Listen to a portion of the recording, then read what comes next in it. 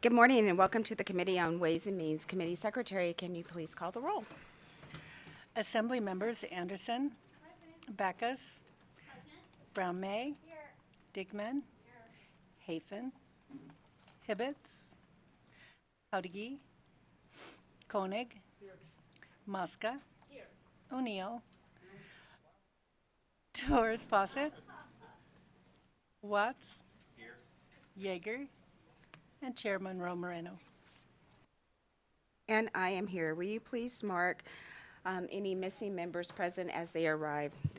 Members will be running through the building between the Senate and the Assembly for hearings. So we'll have folks going in and out all day long. Thank you and welcome to everyone who is joining us here in Carson City and those in Las Vegas and those that are online.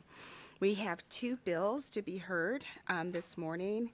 We will take a recess and we will be coming back to do some work sessions. There's no rhyme or reason to the order of the work sessions, but we will be doing those later. We will have public comment at the end of our meeting today. The number for public comment is 669-900-6833. The meeting ID is 854-2351-4246, and then please press pound. I'll remind everyone to either turn off your electronic devices or put them on mute. Members will be utilizing their laptops to follow along with today's meeting to access exhibits. Please don't take that as inattentiveness. This is a fiscal hearing. A number of bills that we hear in our committee are only here for a fiscal purpose, but we're at the end of session, and sometimes this is the policy hearing and the fiscal hearing because it didn't have an opportunity to have a policy hearing in our policy committee. So for those bills, we will have testimony, and the testimony will be 30-minute blocks for support, opposition, and neutral. And I'll remind everyone to keep your comments to 2 minutes only. The one thing I do insist upon in this committee is respectful interaction with one another. And sometimes you hear things in a hearing that you may not like, you may not agree with, but I do not allow disrespectful interaction. And if you choose to be disrespectful, I choose to remove you from my meeting. So you know ahead of time. So with that, we will get started with our first bill hearing. I see the bill presenter in the corner, and that will be Senate Bill 260, which revises provisions relating to air quality. And we welcome Senator Flores to the table. Good morning.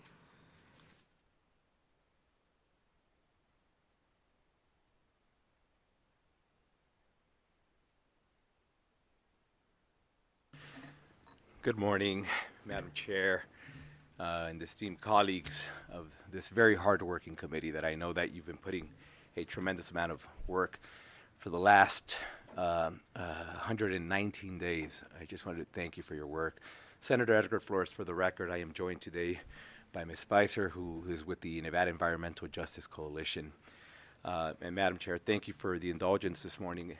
Very briefly, I wanted to let everybody know that I wanted to express my sincere gratitude to Mr. Paul Marakin and all of business and industry.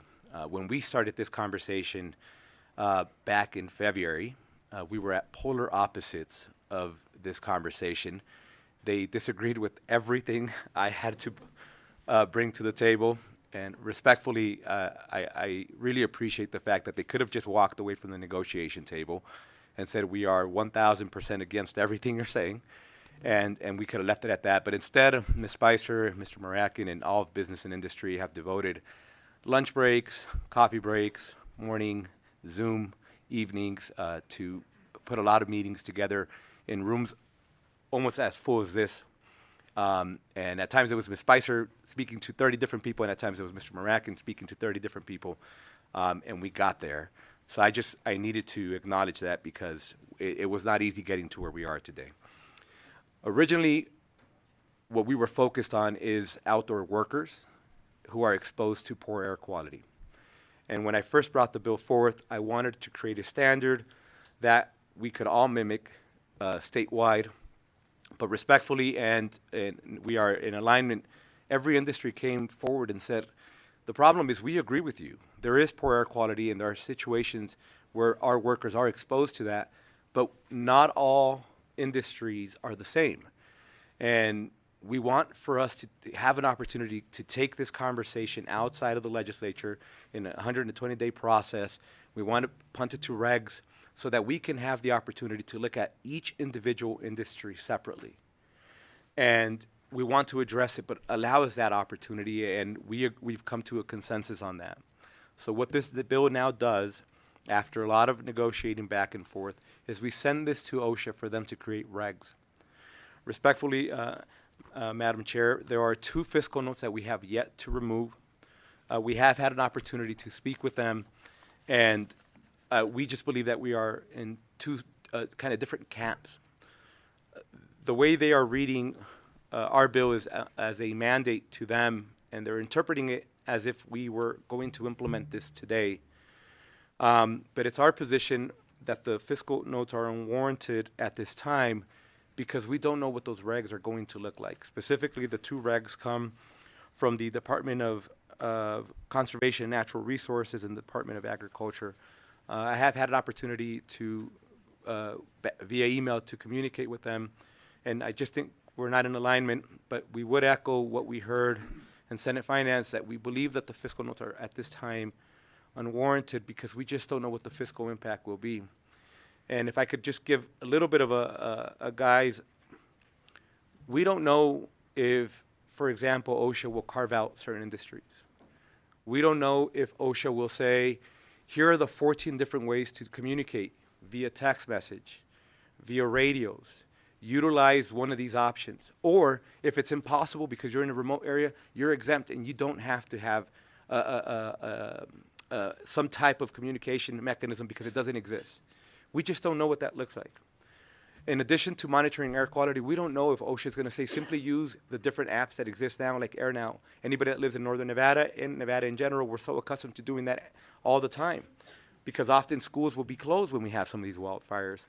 So my point is, we're already accustomed to doing this today. We don't know what that regulatory process is going to look like. So at this point, we just believe that it is impossible to make that determination. If I may just very briefly, Madam Chair, now hand it over to Ms. Spicer to just go a little bit further into this conversation.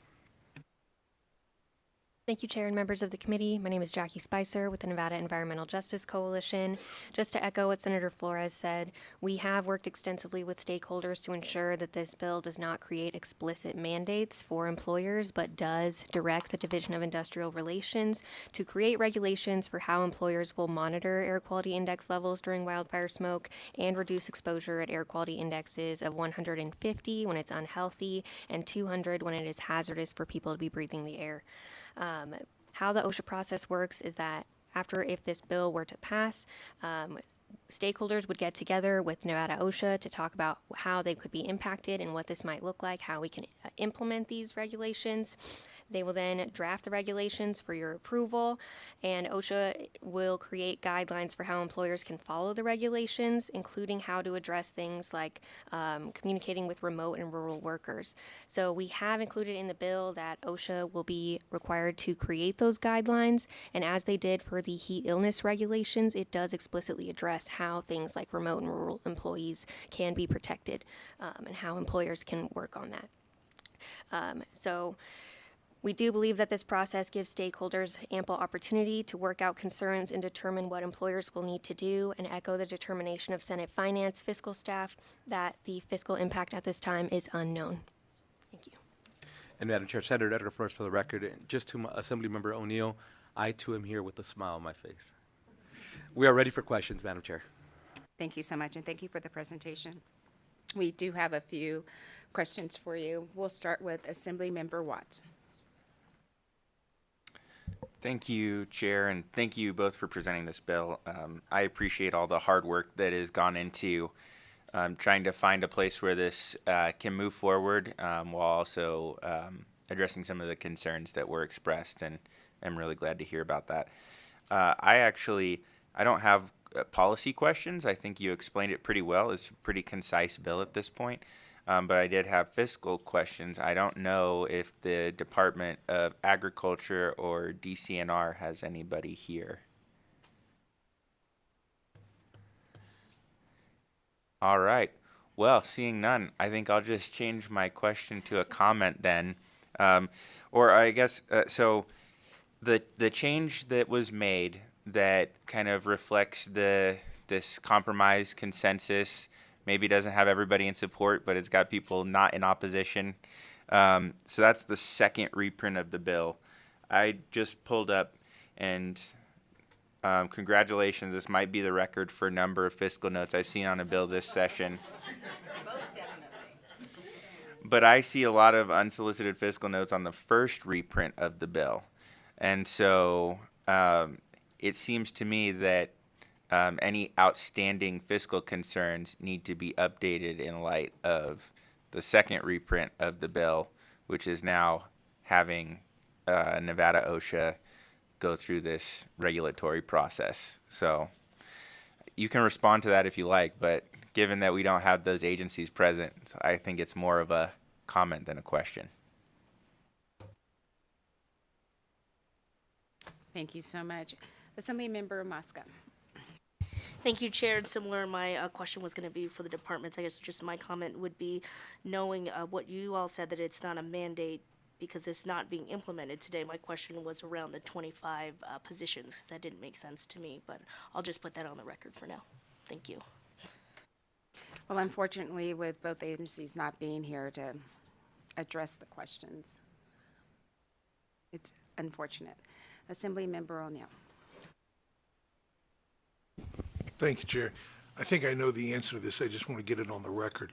When we're talking wildland fires, we don't mean just fires or wildland fires just that occur in Nevada. Because as you know, we've got them burning up in Canada. The smoke will drift down. So we're just talking about the air quality, not where it emanated from, where we're affected by it. Is that correct? Madam Chair, through you to Assemblymember O'Neill, Senator Edgar Flores, for the record, that's correct. And we understand that we are often impacted by our surrounding states. And the idea here is to allow us the opportunity to create some guidelines to make it fair that we're all kind of working under the same rules. In working with different industries, they brought forth the explanation that they would like to know at what point there should be a work stoppage or what happens at when the threshold hits a certain level. But they wanted to have an input in that process, so sending it back to OSHA is the way to do that. Do you have a follow-up? Yeah. Senator just brought it up to me on a work stoppage. I think I read it. No, I don't. I appreciate the information. I'll talk to you later, as we always do. Thank you. Thank you, Chair. Thank you. Assemblymember Bacchus. Thank you so much, Madam Chair. I just want to thank you, obviously, Senator Flores, for your presentation. And looking at this, like, it didn't shock my conscience, like, with respect to some of the asks. It was just looking at it because it may be one-time thing. These could be seasonal workers, so it may not hit the bottom line of, like, ongoing expenditures. And we had another bill earlier where OSHA worked really good to get down the amount, like, for testing equipment. And I didn't want to make the bad joke that it took us a long time looking at this policy and regulation. So I hope that moves faster, especially when we have wildfire seasons.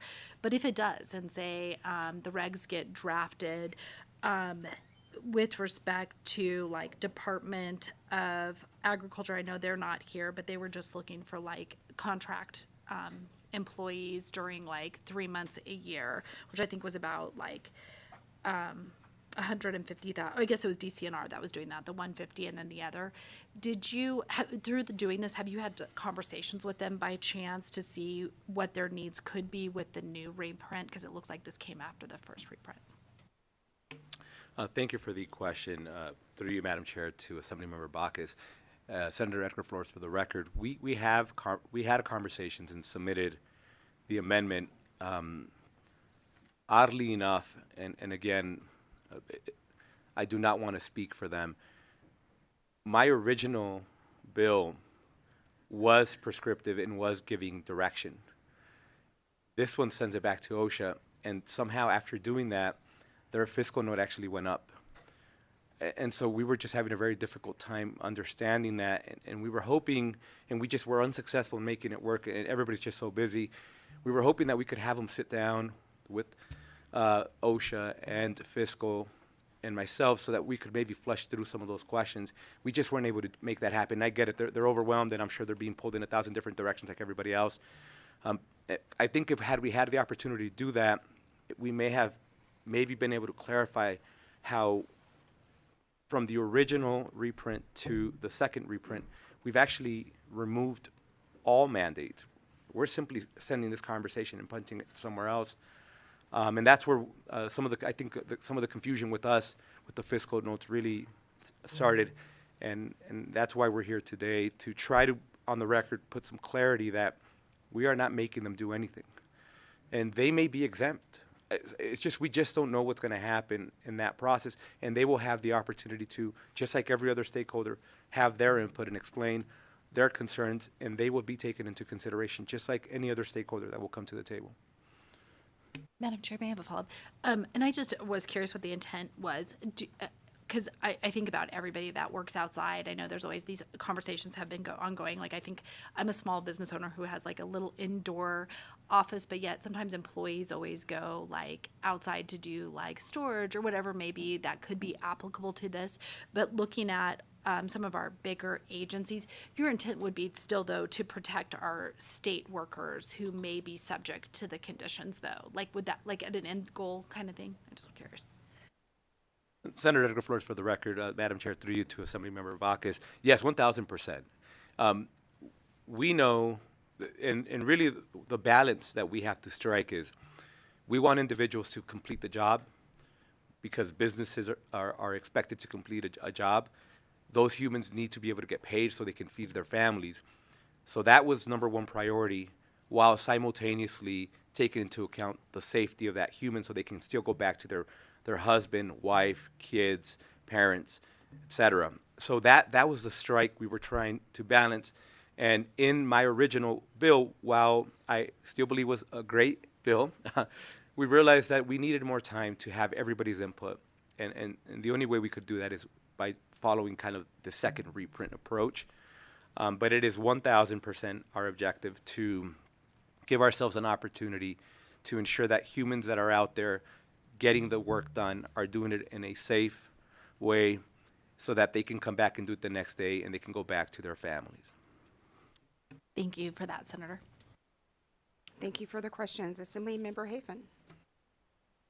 Thank you, Chair, and thank you, Senators. Good to see you today here in Ways and Means on day 119. I understand the compromise that you guys have made, and I really do appreciate all of the work that's been put on this from all sides. I do have, I don't fully understand the policy aspect, but this is the Budget Committee, so I'm going to touch on the fiscal side, and my concerns are that we're inserting shall prescribe regulations or adopt regulations to OSHA. And I think that the last interim, we had some of that as well with OSHA regulations that went forward, and those were very lengthy conversations, and I think they were very good, but they were very long, very lengthy, and there was a lot of staff time in that, and so I do have some concerns, and I know that those with the fiscal notes are not here to help address that, but I just want to get on the record that is my concern. That this process will be very lengthy like it was last time, just like it's been during this session, and that you guys have done a wonderful job to bring it here today. But I guess my question would be is do you have any idea how long and what the fiscal impact was during last interim when those regulations were being adopted? And I'm assuming the answer is you don't know, but that is my question. Thank you. Thank you, Madam Chair. Through you to Assemblymember Hafen, Senator Edgar Flores, for the record. I don't know. What I will say, and I'm not going to downplay this aspect of it, everybody that was involved in that process, all those stakeholders, the chambers, different industries, they devoted a lot of hours of their time to it. But that is just testament of Nevadans, in my opinion, of wanting to get it right. And often you had folk in the room that disagreed with each other wholeheartedly, and they walked out of that room with a compromise. So while you're correct in that it will be a lengthy process and it will be time consuming, ultimately, I think it's what's going to lead to the best possible outcome with the input of all possible stakeholders.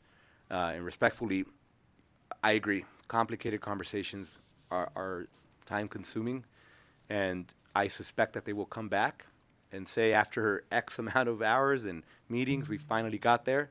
But I think if we do it right, it gives us the opportunity to avoid having this conversation happen for years to come if we can get there. And we may have to do tweaks here and there, but my point is having the opportunity to have all the stakeholders in a room and expand these meetings into 10, 20, whatever amount is necessary is going to give us the best possible outcome with all the stakeholders' involvement. Thank you. Members, any other questions? Not seeing any. Thank you so much for being here this morning to present Senate Bill 260. And I'll invite to the table anyone that's here that would like to testify in support of Senate Bill 260.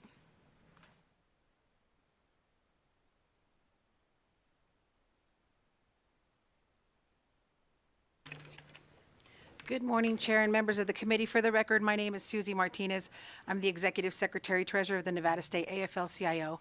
And on behalf of over 150,000 members and 20 unions, we support the bill. I would also like to thank the Senator for bringing this important legislation forward and for taking care of working families. Thank you. Thank you. You can go ahead. Good morning, Honorable Chair and Committee. For the record, my name is Wendy Colborn, Chief of Staff for the Building and Construction Trades Council of Northern Nevada. We represent over 6,000 skilled construction workers in Northern Nevada who are exposed to these types of conditions, and we also strongly support this bill and thank the sponsor for bringing it forward. Thank you. You can go ahead. Thank you, Chair and members of the committee. My name is Olivia Tanager on behalf of the Sierra Club Toyabe chapter. For the record, I'd also like to thank Senator Flores, Ms. Spicer, and all the other folks who have worked on this legislation. Just to briefly answer Assemblymember Hafin's question about the heat regulations, I believe that process kind of started towards the end of the last legislative session, so towards the end of 2023. We worked through that process. The Legislative Commission adopted those regulations in December of 2024, and they officially went into effect April 1st, I believe, was kind of the timeline that we were working with there. So we'll see how the timeline plays out here.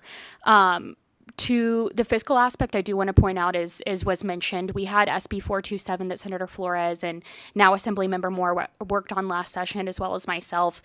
There were no fiscal notes on that bill, and that bill was a lot more prescriptive. Unfortunately, it did not pass, but just wanted to point out that there were no fiscal notes that were put on that bill. And so with that, we urge your full support. We believe that regardless of the cost, we should be protecting workers in the state of Nevada, and we know that people are our biggest asset. So thank you. Thank you. You can go ahead. Good morning, Chair and members of the committee. My name is Cassie Charles. On behalf of the American Federation of State, County, Municipal Employees, we're here in strong support of SB 260. We support keeping public workers safe in situations where there is poor air quality and support OSHA in developing regulations to that effect. We want to thank the bill sponsor, Senator Flores and Ms. Spicer, for being so proactive here and working with us. Thank you. Thank you. You can go ahead. Good morning, Chair and Committee members. For the record, my name is Noel Orozco. That's N-O-E, accent over the E, O-R-O-S-C-O, and I'm the Government Affairs Manager with Make the Road Nevada. We're also a proud member of the Nevada Environmental Justice Coalition, and we're in full support of this bill. Thank you. Thank you. Not seeing anyone else approach the table here in Carson City, and not seeing anyone at the table in Las Vegas, we'll go to the phone lines broadcast. Do we have anyone that would like to testify in support of Senate Bill 260 joining us by phone? If you would like to testify in support of Senate Bill 260, please press *9 now to join the queue.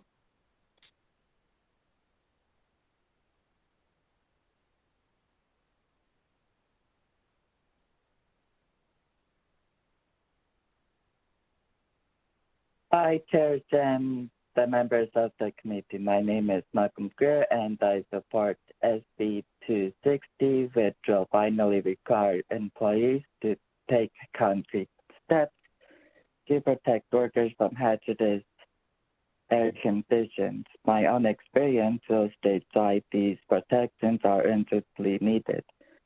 While working at the Walmart in Southern Nevada during last year's wildfire smoke event, indoor and outdoor routinely exceeded dangerous levels. Despite coughing fits and headaches among my coworkers, management provided no air quality readings, no respirators, and discouraged any mention of the smoke. Several colleagues feared speaking up but sacrifice their shifts or performance interviews. However, with the amendments added to the bill, Section 6 added employs commercial truck drivers, which means that Walmart, Target, Kroger, and other corporations are exempt to this bill.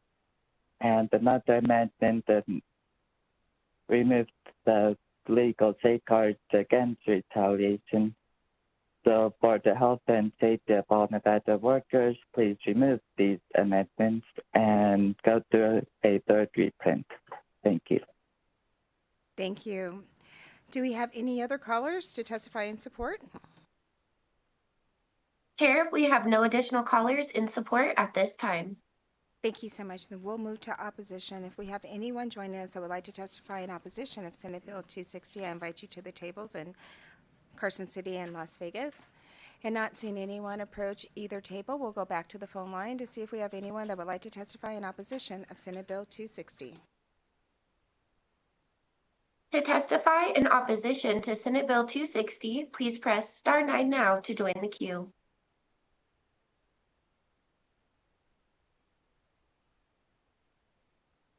Chair, we have no callers for opposition testimony.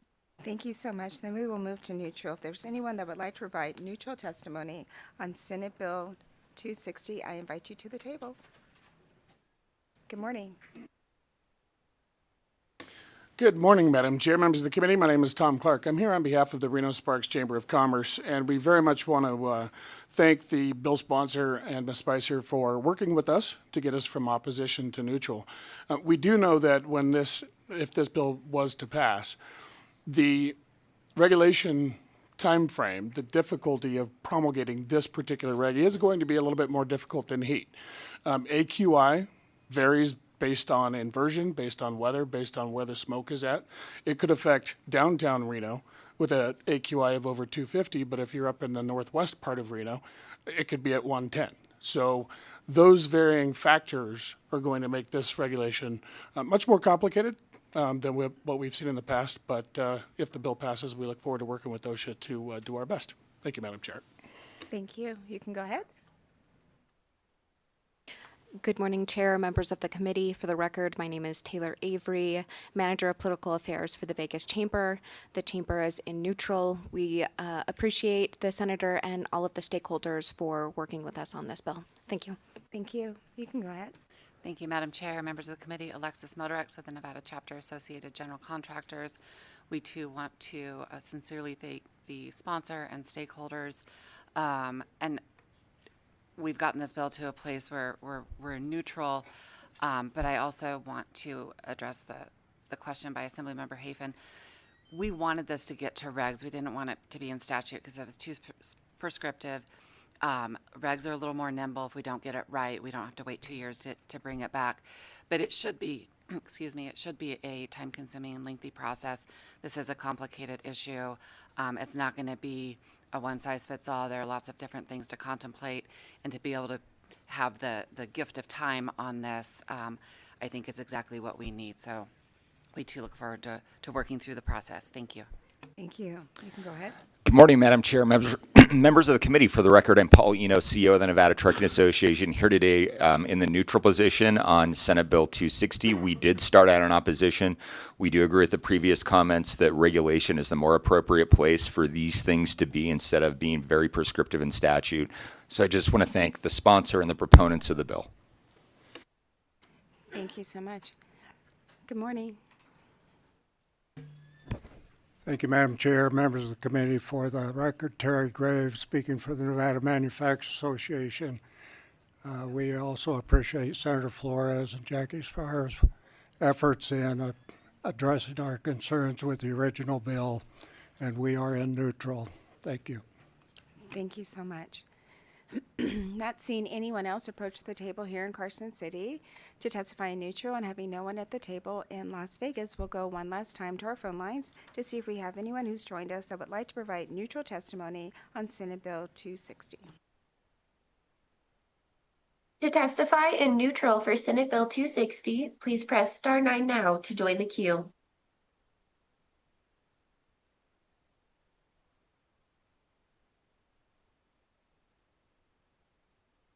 Chair, we have no callers in neutral. Thank you so much, and we'll go back to the bill sponsor and see if he has any closing comments. He's shaking his head no, and with that, we will close the hearing on Senate Bill 260. Thank you so much for joining us this morning.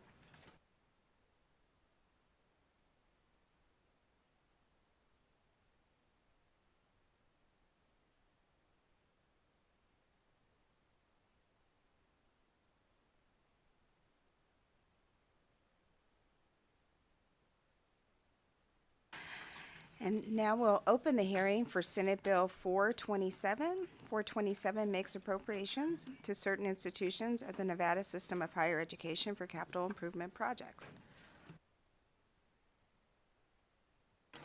Thank you, Madam Chair, members of the committee. Michael Flores with the University of Nevada, Reno. I am pitching in for Senator Donate, and we will be as brief as possible. And just want to thank the committee for hearing this and for all the work this committee has done throughout session. SB 427 provides funding for planning design for two projects, one at UNLV, one at UNR, and then additional dollars for maintenance projects at other institutions throughout NC. I'm going to ask President Sandoval, with your permission, and President Heavey to talk about the planning design projects at each of their institutions, and then hand it over to Chancellor Charlton to talk about the other projects at NC. President Thank you so Sandoval. much. Good morning.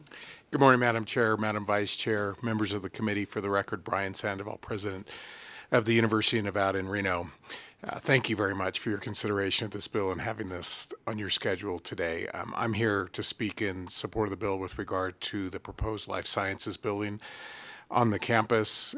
We are seeking $6.2 million in state funding, which will be matched by institutional money for planning and design of this building.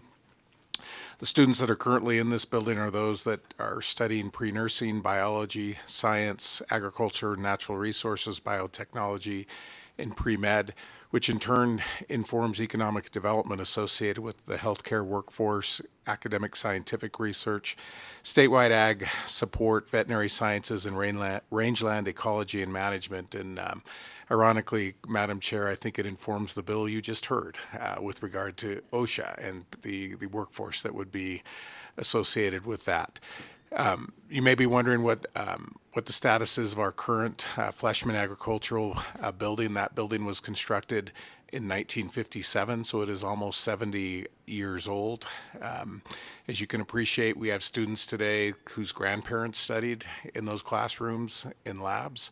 It is, at the time, it was state-of-the-art. It is no longer that.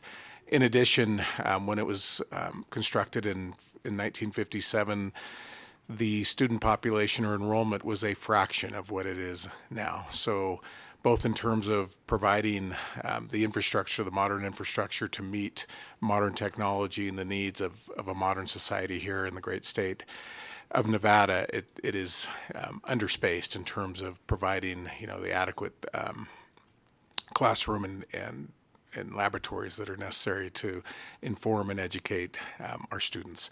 So with that, Madam Chair, members of the committee, Madam Vice Chair, we respectfully request your favorable consideration of this bill. Thank you so much. We'll go down south.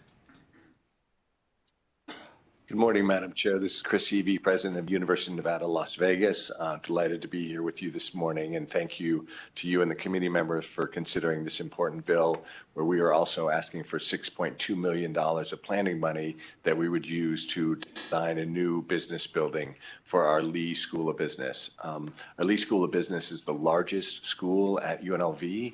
It houses more than 4,300 students seeking degrees at any given time, and they are currently housed in a building that was built in 1984, so not quite as old as the UNR building that they would be replacing, but one that is more than 40 years old, and as President Sandoval said, clearly not up to the state of the art of what's needed to educate business students. And also want to note the vital role of the business school in meeting the workforce needs of the vibrant economy of Southern Nevada. When that building was built originally, there were fewer than 600,000 people in Southern Nevada.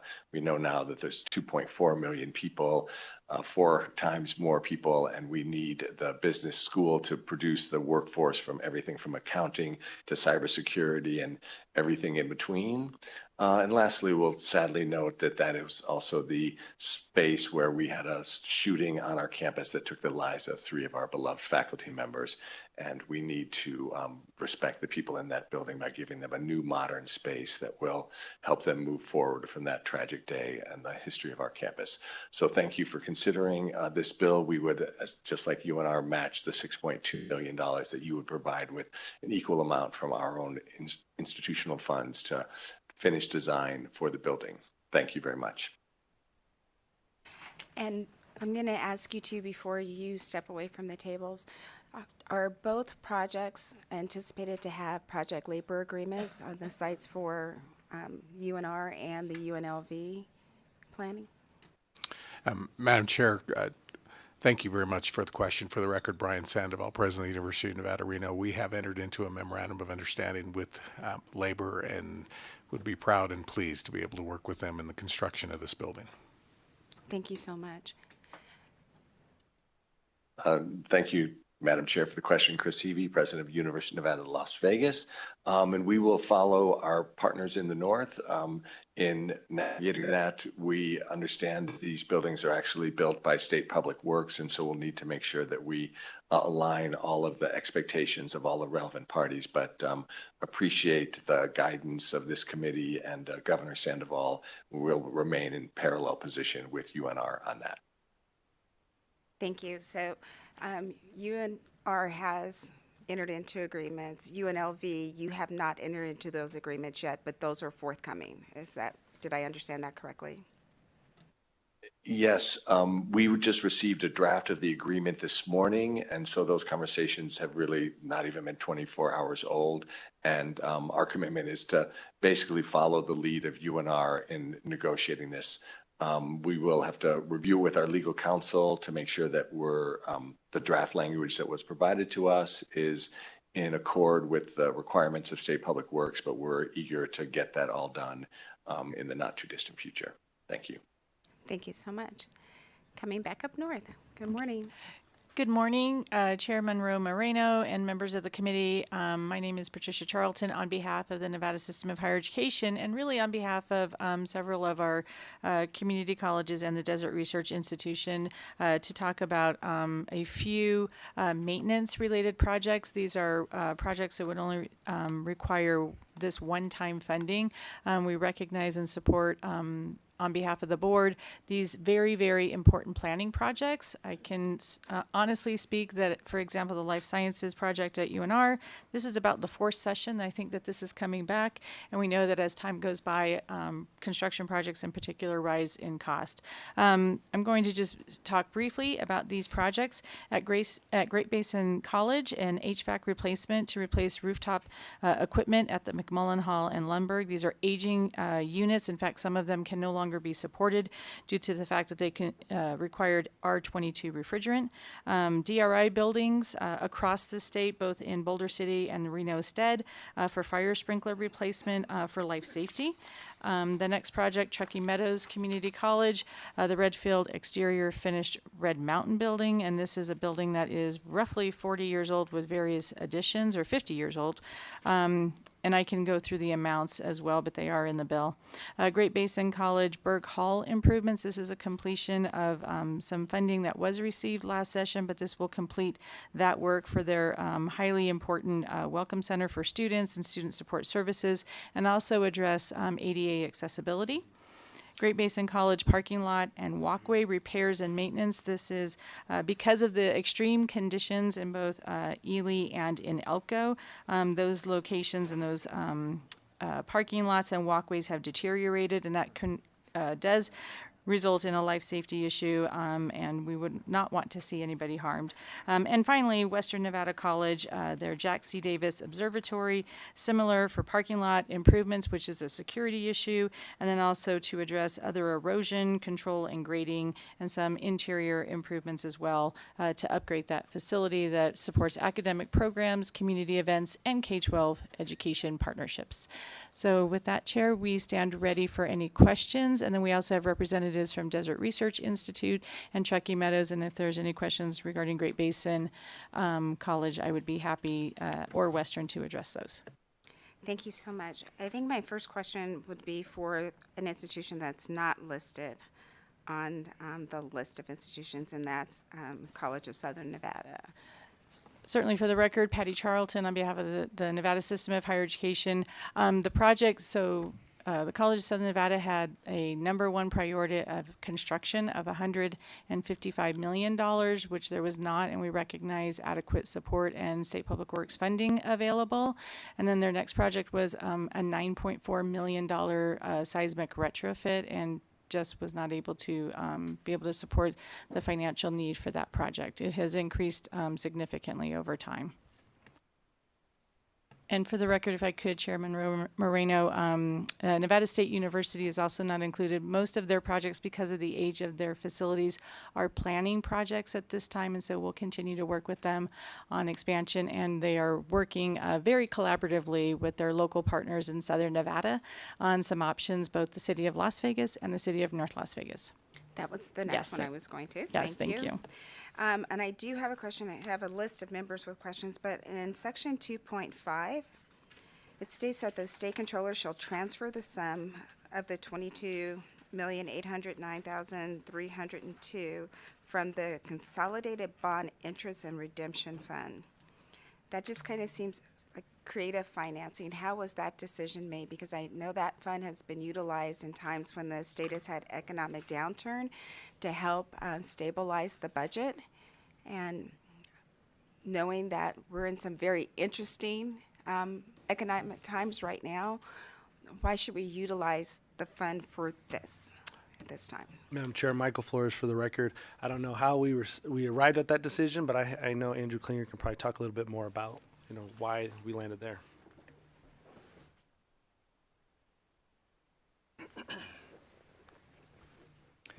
Good morning, Chairman Roman Moreno, committee members. For the record, Andrew Klinger, Vice President, Administration and Finance, University of Nevada in Reno. In looking at the Treasurer's debt capacity report, specifically Appendix A, that lays out the current balances in that account and the requirements for that account. So what that account requires is that there is 100% of next year's reserves in there to cover debt service. And so when you look at that schedule in the Treasurer's debt capacity report, so at the end of 26, there's $331.6 million in that account, and there are obligations for fiscal year 27 of $300 million. So what that leaves is approximately $31 million above the 100% need for debt service, which is the current policy. So this would almost wipe out that amount that would be above that. So it would be sweeping it. It would take the 22.8 million of the projected 31 million. That is correct. 31 million above the 100%, I should say. Right. And like I said at the beginning of the question, I'm very concerned about where the state is going, the direction that we're going in, and some financial challenges that we may have to face. And I know that this fund has been swept to keep the lights on in the state. So I'm not comfortable with this yet, but we will have this discussion and we'll see what happens. I know we have a number of members that have questions. I'm going to start with Assembly Member Bacchus. Thank you so much, Madam Chair. You did ask one of my questions, but the second question I have is going to be for probably President Sandoval and President Heavey. Is these are planning projects, and so usually when you're doing planning projects, and I could kind of maybe figure out what the anticipated cost of construction's going to be. So I know after the planning's done, there's going to be a need to actually build the buildings. So I was hoping that you guys could put on the record how much the cost for those buildings is being anticipated, probably in today's dollars. I know we're having inflation issues as well as tariff issues, but just kind of curious what that amount's going to be and how you both plan to finance the construction of both those buildings. Madam Chair, if I may. Yeah, Madam Chair, to you and through you to the Vice Chair, Brian Sandoval, President of the University of Nevada, Reno. For the record, my understanding, the total cost of that building will be $123 million. As was mentioned by the chancellor 8 years ago, that would have been $80 million for the identical building. And so, I guess you could ballpark construction inflation at about 10%. So everyone can do the math associated with that. So that's part of the sense of urgency on that. With regard to funding, we do have available capital funds associated with student fees that are paid, and then we would all obviously finance the balance of the building for its cost. Thank you. This is Chris Eby, president of University of Nevada, Las Vegas, and our answer is similar. We expect the building to be in the $120 to $150 million range, though we won't know the specific cost until we get further in the design process. And it would be our hope that we would be able to raise substantial funds philanthropically to support the construction, and then we would potentially also look at using some of the bonding capacity that we have at the university to move it forward. And obviously, we always welcome additional state support. And so we would come back probably with a request, but that would have to come through NSHE and see what level of support we got from the board to prioritize that as a capital project for the system. Thank you so much. Assemblymember Watts. Thank you, Chair. And I also had questions about some of the financing. And I appreciate the response that Mr. Klinger gave. It definitely, at least, it gave me a better understanding of how this works and where some of the numbers are at. So thank you for that. My question is for President Heavey.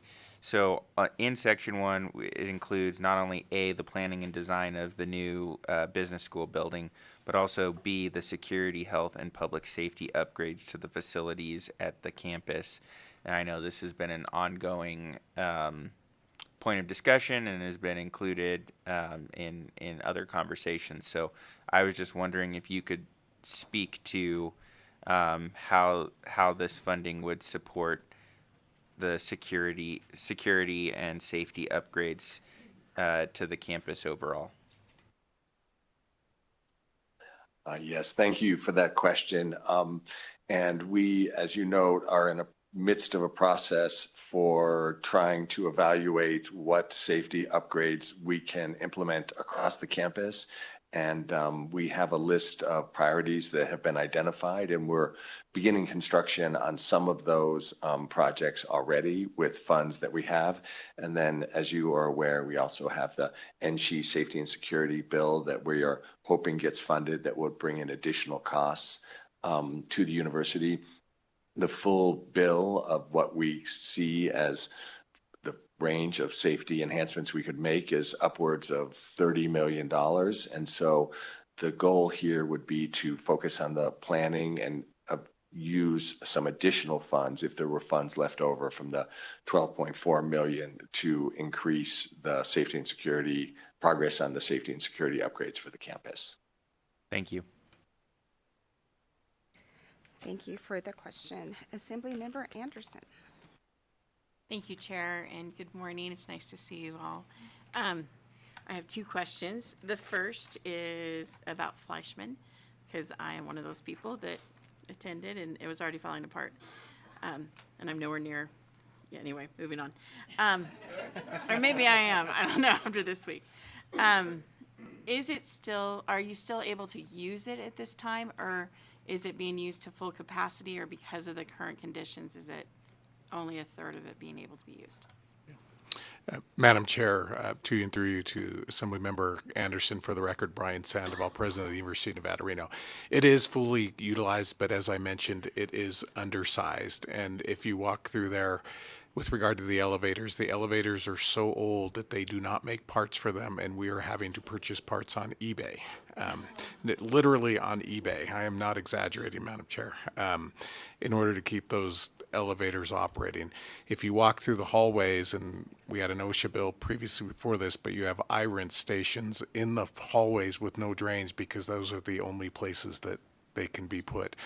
We have what were formerly closets with refrigerators in there to store some of the items that need to be stored for research purposes. So again, it is undersized, it is out of date. We are making use of every square inch of that building. There are also ADA issues associated with that building because it was of the time of construction. So when you put all of those things together, there aren't enough Band-Aids and gum and everything else to keep it together. Thank you, Madam Chair. And thank you, Assemblymember Anderson. A separate question, not necessarily for UNR, but it's actually for what's not on here as well.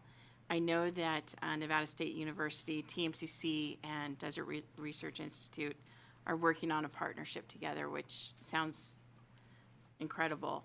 Has there been consideration adding that into this bill, or is that, again, because it's such a high price tag, which is what had happened with some other areas?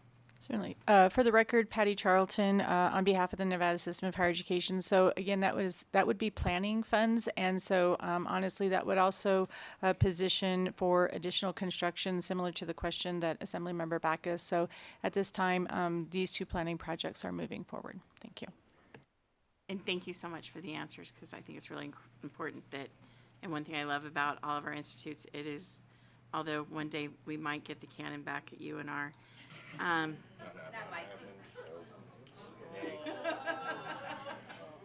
Anyway, I love the fact that we can all be a little bit competitive, just like every Thanksgiving dinner, but we can all celebrate in some way.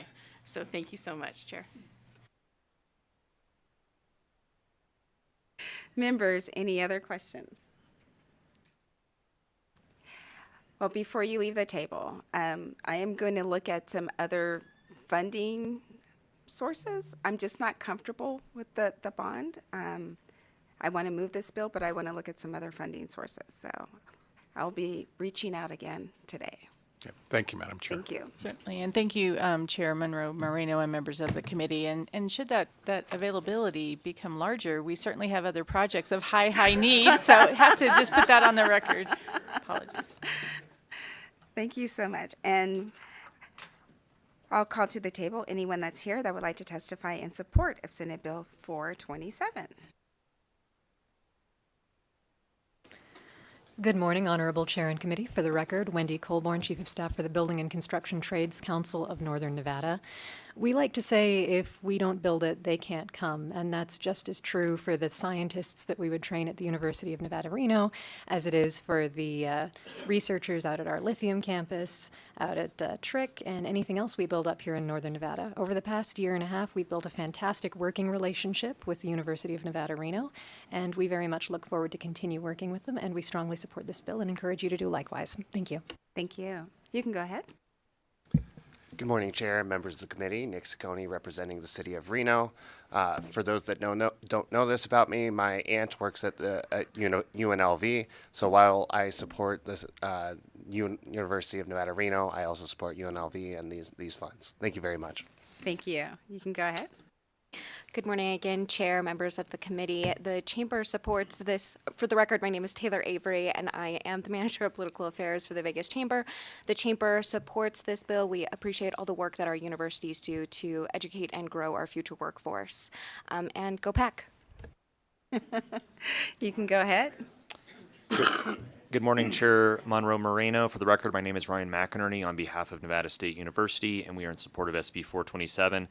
As the state's newest public institution, Nevada State is fortunate to face fewer deferred maintenance and replacement challenges than some of our sister institutions within NCHE, which is part of the reason we are not included in this bill today, as was noted. Instead, as was noted earlier, Nevada State's most pressing needs center on new capital infrastructure to support the rapid growth of our student body and 512-acre campus, 450 acres of which remain undeveloped. We are nonetheless deeply appreciative of that this body continues to recognize and address the urgent infrastructure needs across the entire higher education system. A holistic system-wide approach benefits all institutions and ultimately the entire state. Finally, we again want to sincerely thank the chair and this committee for your support of Nevada State's planned expansion into North Las Vegas as part of the nursing funding bill. Your leadership is helping pave the way for greater access and opportunity for our students and the broader Las Vegas community. Thank you. Thank you. You can go ahead. Good morning, Madam Chair, members of the committee. My name is Tom Clark. I'm here on behalf of the Reno Sparks Chamber of Commerce, and very much in support of this matching appropriation so that we can get the planning going, so that we can start doing things for the future. I have fond memories of the planetarium as well. And every member of my staff is a graduate of Nevada, as well as my wife. I find it interesting that Taylor was wearing red when she said, "Go Pack," but I'll say the same. We're very much in support. Thank you, Madam Chair. Because we are a family that can wear red and blue. Yes. Madam Chair, members of the committee, for the record, Tracy Bauer with the Desert Research Institute. We're grateful to be included in this bill. The $1.2 million would help us to install fire sprinklers at 7 old buildings, both north and south. So we're part of the family too, both north and south. So go Blue and go Rebels. So again, we're just grateful to be included. Thank you. Thank you. We're a very diverse family. Good morning, Madam Chair and committee members. I'm Mike Pearl, the Vice President of Finance, Government Relations, and IT at Truckee Meadows Community College. We are in support of this bill and very grateful for the $3.5 million on the bill. The scope of this project is to provide the funding for the design and repair of the damaged stucco on the building's exterior for Red Mountain building. It also replaced existing original single pane and damaged windows with more efficient windows. The replacement window will be double paned, high efficiency type with tempered glazing where required by code. Our doors would be upgraded for security purposes. In addition, the existing failing roof system will be replaced with a new roofing system. The original Red Mountain building was constructed in 1976. Major additions to the building occurred in 1980, 1985, 1987, 1993, and 2004. The stucco and windows were installed over the phases of construction. This project was requested in the 2011, 2013, and 2015 CIP requests, and we really appreciate your support. And I'm also a UNR grad, so we support all of the bill, and my son is also at UNR right now, so thank you. Thank you. You can go ahead. Good morning, Madam Chair, members of the committee. Sarah Adler for NAPNA, which is the Nevada Advanced Practice Nurses Association. So throughout our state and our high schools, we have HOSAs, Health Occupation Student Associations, and we need to attract all of those students to remain in our state to become healthcare providers. And this new life sciences building will be a great magnet. So in support. Thank you. Thank you. You can go ahead. I also got my master's from public administration from UNR. Good morning, Madam Chair. My name is Erica Loveland, and I'm here on behalf of the Latin Chamber to echo the support that's been said for SB 427. Additionally, I'm a student at UNLV Boyd School of Law, and not only are we so grateful for any funds that might go towards safety measures at UNLV's campus, but also being there every day to see the students that I see across the campus there to work hard, there to learn. Any investment in them is going to be a wise investment from this committee. Thank you. Thank you. Thank you, Madam Chair. Robert Purdy with NextNV. NextNV is a policy think tank based at the UNR Center for Applied Research, and we feel that this building will be a great addition, a great asset. And on a slight personal note, I'm a recent graduate of UNR myself, and as Assembly Member Anderson mentioned, I frequented the Fleischmann elevators. As much as I viewed it as a character-building, death-defying moment every time I would go up and down, as the President said, I think it's time we stop using eBay parts and get some money to the school. Go Pack. Thank you. Thank you. You can go ahead.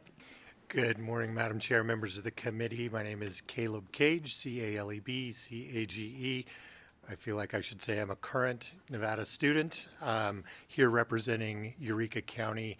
Eureka County supports this bill and the efforts to support infrastructure at Nevada's institution campuses. Eureka County is particularly interested in support for the new life sciences building, which will support Kavner, and Kavner provides incredible resources and services that Eureka County relies on all the time. And so Eureka County would like to offer their support. Thank you. Thank you. You can go ahead. Thank you, Madam Chair. Michael Hillerby on behalf of Renown Health. Our partnership with the University of Nevada, Reno is very important. We support the bill and particularly the investments in life sciences and health that help prepare the workforce of the future. And I did want to add, as a UNR graduate, that I'm a little bit offended that my friend President Sandoval views buildings that were built when I was on the campus as decrepit. morning. You can go ahead. Good morning, Chair and committee members. Zoe Houghton. I'm here on behalf of the Nevada Nurses Association. I'm here, happy to support this bill. Do want to note that both houses have unanimously approved SB 498, which allocated $20 million towards expanding nursing programs. Notably, it did exclude this money for being used towards capital improvement projects and facilities such as these. So we would really like to support in terms of the life sciences building, which would help pre-nursing programs, and go PAC. Thank you. Thank you. You can go ahead. Thank you, Chair and committee members. For the record, Jake D. Decker, Director of Extension, Associate Dean of College of Ag, Biotechnology, and Natural Resources at UNR, which occupies Fleischmann Agriculture. Echo so much of what's been said here today, and we have a proud legacy of serving the agriculture and food needs of the state of Nevada, and this building will certainly go a long ways, continue to advance that and help us stay innovative, help us teach, help us do outreach efforts across the state of Nevada to continue to help us move forward. So strong support of this bill. I encourage you to do the same. Thank you so much. Thank you. You can go Good ahead. morning, Committee Chair, committee members. Todd Inglesby, President of Professional Firefighters of Nevada, also representing SEIU. We are here in full support. We think it's very important that we, with this expansion, will help our health care. And obviously, we all know all our shortages that we have here in Nevada. Thank you. Thank you.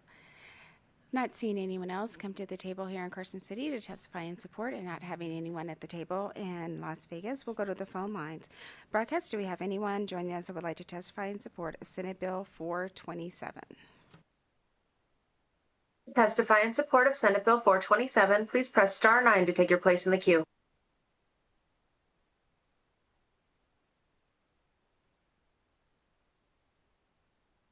Doug Unger, DOUG, UNGER, UNLV Chapter President, Nevada Faculty Alliance. SB 427 is a welcome capital projects bill to fund planning. We note in the allocation to UNLV, in addition to planning funds, also language specifying, quote, security, health, and public safety upgrades, unquote. This funding, and much more than this, is most needed on the UNLV campus for crucial infrastructure upgrades so our faculty and students can feel safe following the December 6, 2023 mass shooting on our campus. Safety funding for upgrades and improvements are the top priority for our campus community. It's what our faculty and students are talking most about. We are grateful for planning funds for new buildings. Funding for public safety we consider a necessity for the students and faculty who will study and work in them. We support SB 427. Thank you. Thank you. Do we have any other callers?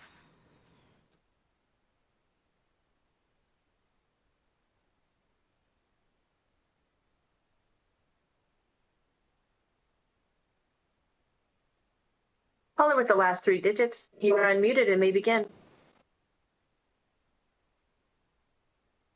Good morning, Chair and members of the committee. My name is Jennifer Hollander, and I am a professor in the College of Science at the University of Nevada, Reno. I want to thank the committee for considering this bill. As a faculty member, I teach anatomy and physiology, and I see firsthand how essential our lab spaces are to student success, especially for those pursuing careers in health and science. The proposed new building will be transformational for not only the College of Science, but the entire campus community. Anatomy and physiology is a critical service course, and it supports a wide range of pre-health and science majors. As mentioned, our current facilities are outdated, they're limited in capacity, and this restricts access for students who need these courses as prerequisites for medical, dental, nursing, physical therapy, and other allied health programs. The new building is proposed to feature modern anatomy labs with expanded space, updated technology, and this will allow us to increase course availability and enhance the quality of instruction. It'll also better prepare students for the demands of professional healthcare programs. This investment will directly benefit hundreds of students. We have about 600 to 700 students per semester that go through the anatomy and physiology labs. And this will strengthen our institution's role in addressing the growing need for well-trained healthcare professionals in our state and beyond. I also want to mention that my oldest daughter went through this program at UNR and is currently a dental student at the dental school at UNLV. And my youngest daughter just graduated from UNR 2 weeks ago and is hoping to attend occupational therapy school at UNLV. So it really does benefit the whole state. Thank you. And I urge you to support this bill, and thanks. Thank you for calling in this morning. Next caller.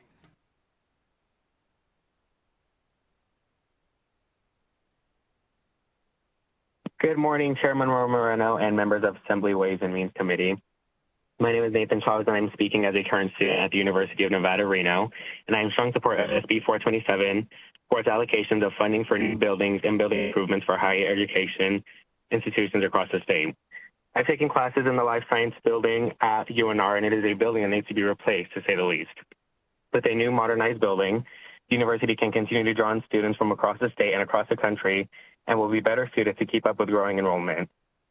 Improved infrastructure will only result in better learning experiences for students, and university will be able to provide us with the education that is reflective of the work environments we're going into. With higher education going through a period of uncertainty at the federal level, I think it is important that we continue to invest in Nevada's education system in every way possible.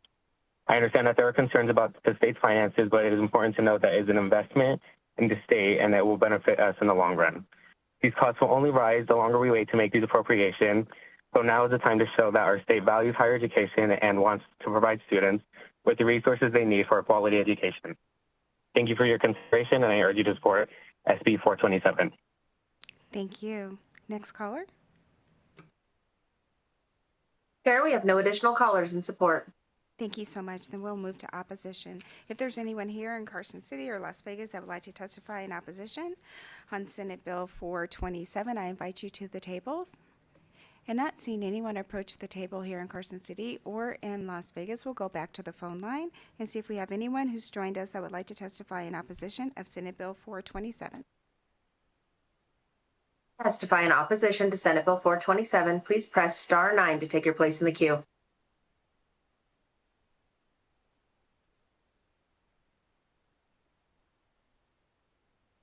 Chair, we have no callers in opposition. Thank you so much. Then we'll move to neutral. If there's anyone that would like to provide neutral testimony on Senate Bill 427, I invite you to the tables. And not seeing anyone approach the table here in Carson City or in Las Vegas, we'll go to the phone line one last time to see if we have anyone that would like to provide neutral testimony on Senate Bill 427. To testify in neutral to Senate Bill 427, please press star 9 to take your place in the queue.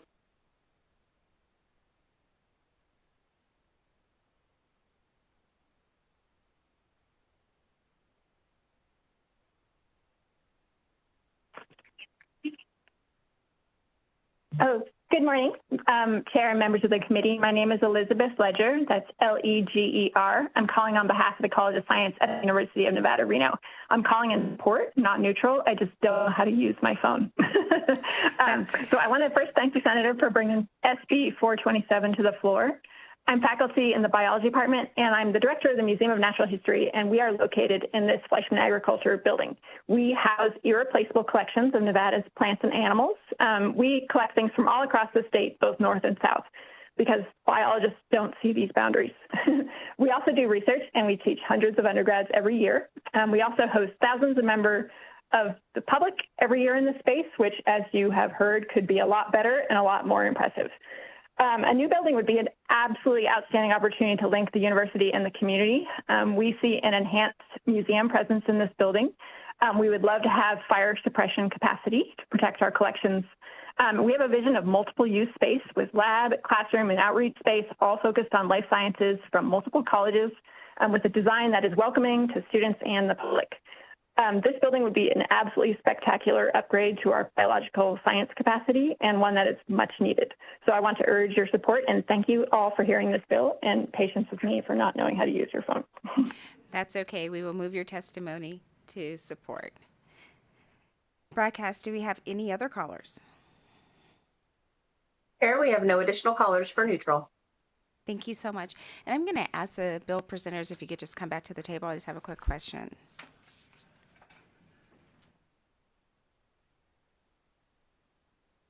You had mentioned that for CSN, the dollar amounts were too large. Do you know how much, just for the planning and permitting, what that amount would be? For the record, Patty Charlton on behalf of the Nevada System of Higher Education. For the seismic retrofit, I will have to check with the campus on that, and I can certainly get back to the committee on that number. It actually has been one that is going through Public Works, so I'll have to see what that would look like. So, thank you so much. Any closing comments? All right, then we'll be talking later today. And with that, we will close the hearing on Senate Bill 427. And members, 4 was supposed to start at noon. I don't think that's going to happen. So it'll probably be closer to 1 o'clock. We're going to try to get just a few work sessions done so we can get those quickly to the floor. So we'll have something to do once we get on the floor. Then we will go into recess, go to the floor, then come back and do more work sessions.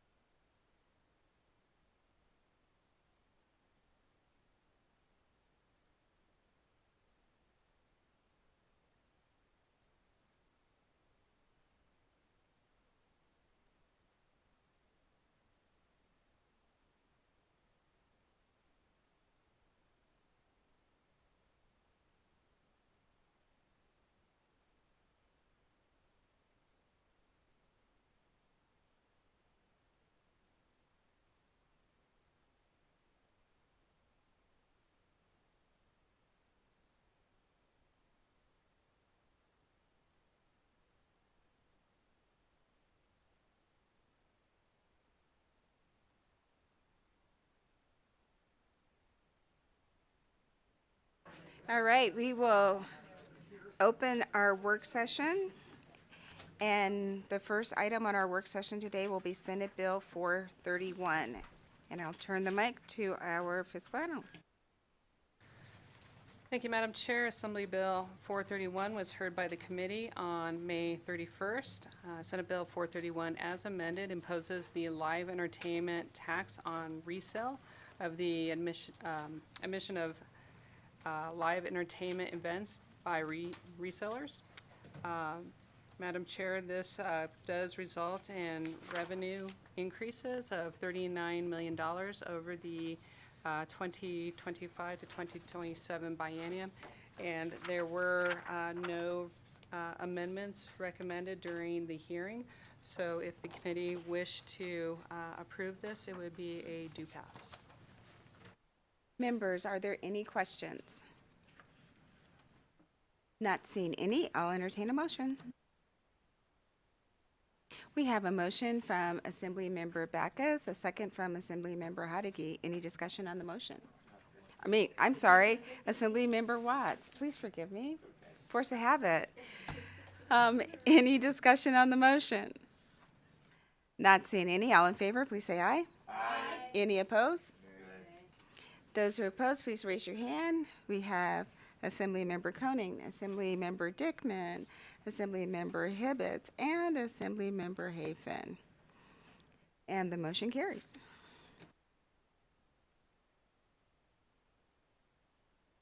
And once again, for today, for all of the work sessions throughout the day, the floor statement will be assigned to myself.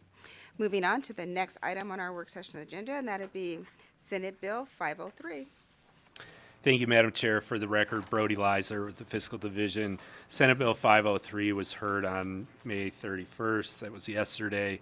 This bill eliminates the account for the regulation and supervision of captive insurers and redirects the fees and assessments associated with the account to instead be placed in the Fund for Insurance Administration and Enforcement. Madam Chair, this is a budget implementation bill. There were no amendments presented. A motion here would be do pass.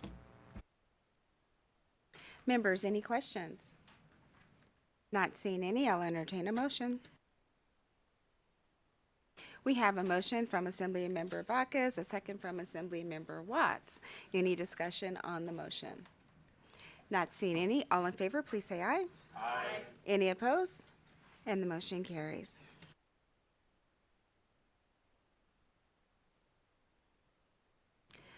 The next item on our work session agenda will be Senate Bill 393. Thank you, Madam Chair. Assembly Bill 393 was heard by the committee on May 30th. Senate Bill 393 as amended makes changes to the eligibility of the property exchange program created by the Windsor Park Environmental Justice Act of 2023. The bill, as amended, includes an appropriation from the State General Fund of $26 million in 2026. Madam Chair, there was an amendment that was proposed. It is proposed amendment mock-up number 3123. So if the committee wished to approve this bill, including the amendment, it would be an amend do pass. Thank you so much. Members, any questions? Not seeing any, I'll entertain a motion. Move to amend and do pass. Second. We have a motion from Assemblymember Watts, a second from Assemblymember Mosca. Any discussion on the motion? Assemblymember Backus. Thank you so much, Madam Chair. Because Senate Bill 393 involves the Windsor Park Environmental Justice Act, I'd like to advise the committee that as an attorney, one of my clients is Community Development Program Center of Nevada, which is the developer who was awarded the project under this act. Since the independence of judgment of a reasonable person in my position with respect to this item could be materially affected by legal employment, I am making this disclosure pursuant to Assembly Standing Rule 23 and will abstain from voting on Senate Bill 393. Thank you so much for the disclosures. Member Hafen, the motion's been made. Chair, I'm going to vote yes out of committee, but I did want to reserve my rights just to look at the amendment when we get to the floor. Thank you. Sounds good. Thank you so much. We have a motion from Assemblymember Watts and a second from Assemblymember Mosca. All in favor of the motion, please say aye. Aye. Any opposed? And the motion carries.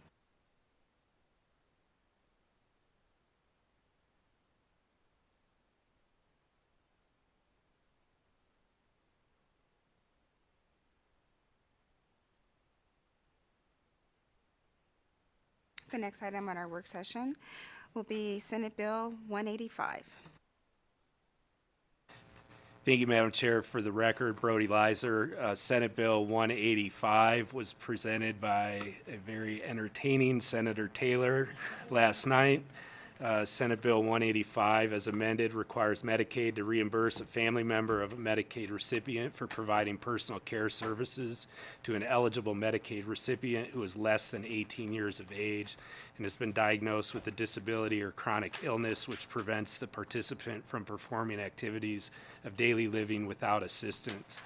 Madam Chair, the bill as amended does provide general fund appropriations totaling approximately $549,000 over the 25-27 biennium to Nevada Medicaid to carry out provisions of the act.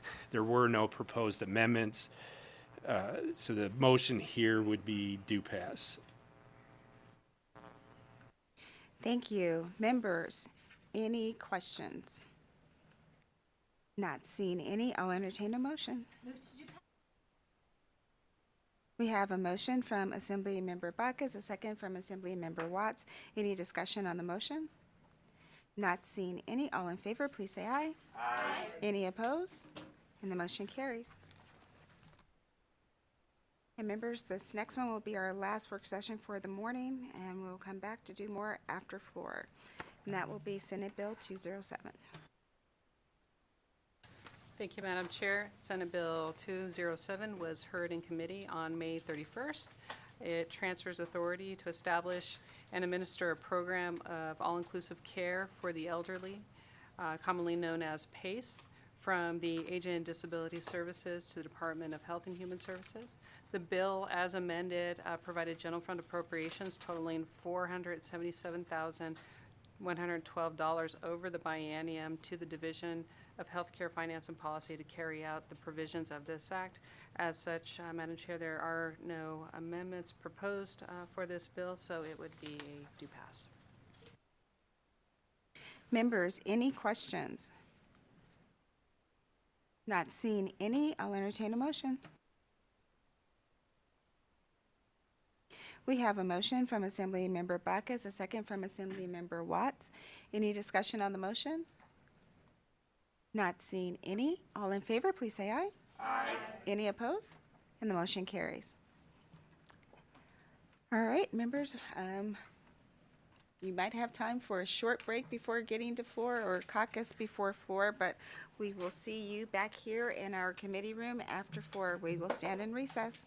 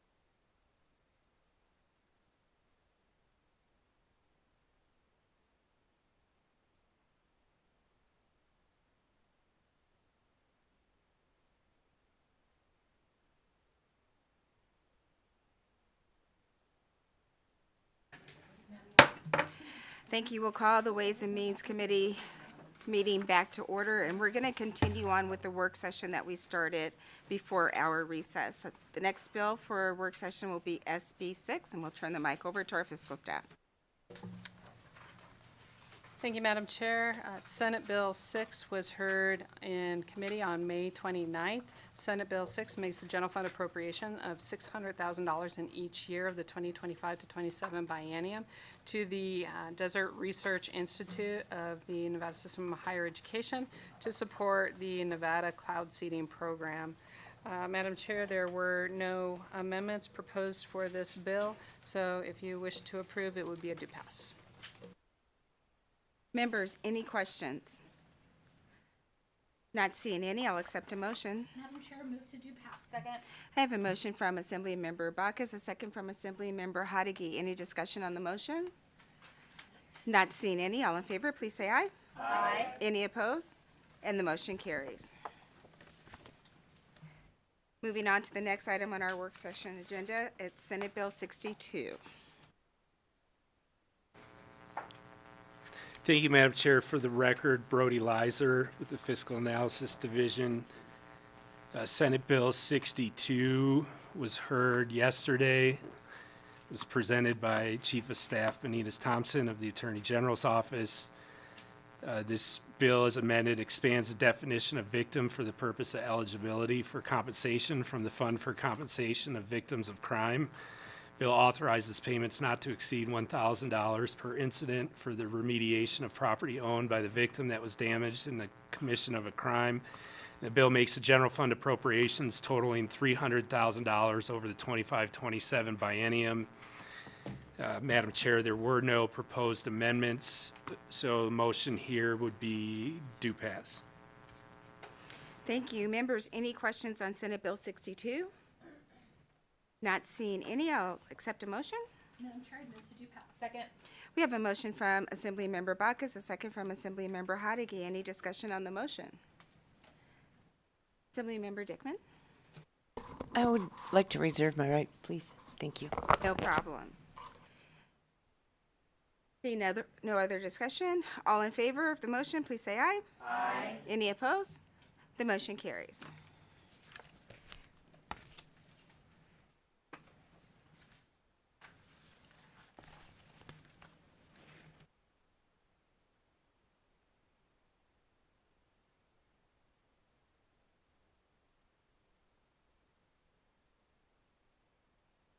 Moving on to the next work session item, it'll be Senate Bill 90. Thank you, Madam Chair. Senate Bill 90 was heard by the committee on May 30th.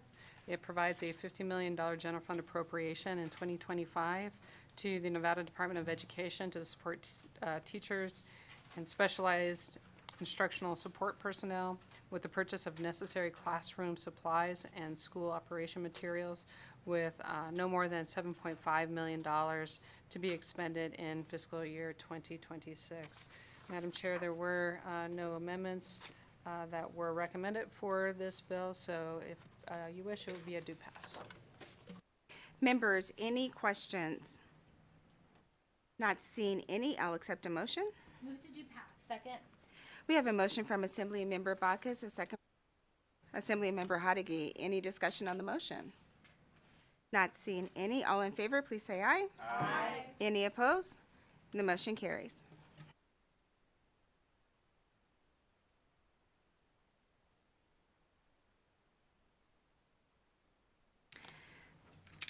The next item on our work session agenda will be Senate Bill 104. Thank you, Madam Chair. For the record, Brody Leiser, Senate Bill 104 was heard yesterday. It's presented by Senator Pizzina. Bill provides general fund appropriations of $200,000 in each year of the 25-27 biennium to the Department of Education's other state education programs budget account for allocation to nonprofit organizations for the cost of creating and maintaining programs for school gardens. Madam Chair, there were no proposed amendments. Motion here would be do pass. Members, any questions? Not seeing any, I'll accept a motion. Madam Chair, move to do pass. Second. We have a motion from Assemblymember Bacchus, a second from Assemblymember Hadigi. Any discussion on the motion? Not seeing any. All in favor, please say aye. Aye. Any opposed? The motion carries.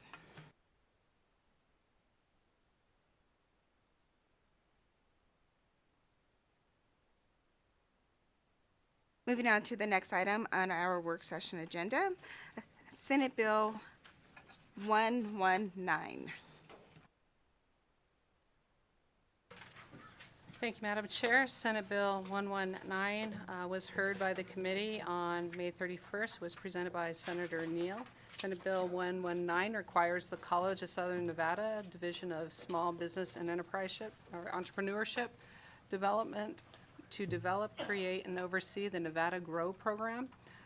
This also provides a general fund appropriation of $1.2 million to the College of Southern Nevada to assist and carry out the program. Madam Chair, there were no amendments that were proposed during the hearing, so the motion would be a do pass. Thank you so much. Members, any questions? Not seeing any, I'll accept a motion. I move to do pass. Second. We have a motion from Assemblymember Bacchus, a second from Assemblymember Hadigi. Any discussion on the motion? Not seeing any. All in favor, please say aye. Aye. Any opposed? And the motion carries.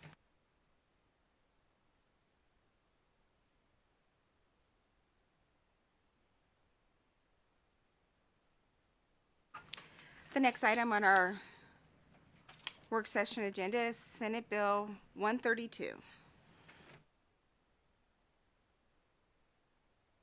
Thank you, Madam Chair. For the record, Brody Leiser. Senate Bill 132 was presented to the committee yesterday. Senate Bill 132 makes an appropriation to the Nevada Clean Energy Fund for securing and implementing grants for qualified clean energy projects. The bill includes a general fund appropriation of $500,000 in fiscal year 2025 to the Nevada Clean Energy Fund. Madam Chair, there were no proposed amendments. So the motion here would be do pass. Thank you so much. Members, any questions? Not seeing any, I'll accept a motion. Move to do pass. Second. I have a motion from Assemblymember Bacchus, a second from Assemblymember Hadigi. Any discussion on the motion? Assemblymember O'Neill.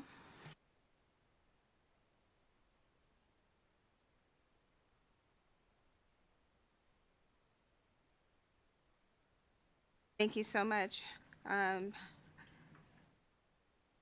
Anyone else?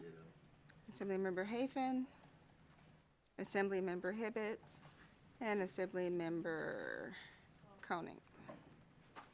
All right, we have a motion and second. All in favor of the motion, please say aye. Aye. Any opposed? And the motion carries. Moving on to the next item.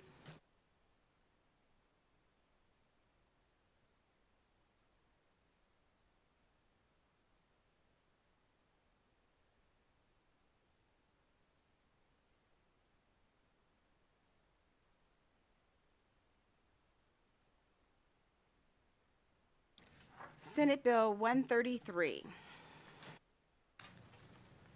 Thank you, Madam Chair. Senate Bill 133 was heard by the committee on May 30th and was presented by Senator Don Loop. Senate Bill 133 provides a general fund appropriation of $250,000 in each year of the 2025 to 27 biennium to the Nevada Center for Civic Engagement to support civic education programs. Madam Chair, there were no recommended amendments, so if the committee wished to approve this, it would be a do pass. Thank you so much. Members, any questions on Senate Bill 133? Not seeing any, I'll accept a motion. Madam Chair, I move to do pass. Second. We have a motion from Assemblymember Bacchus, a second from Assemblymember Watts. Any discussion on the motion? Not seeing any, all in favor, please say aye. Aye. Any opposed? Motion carries.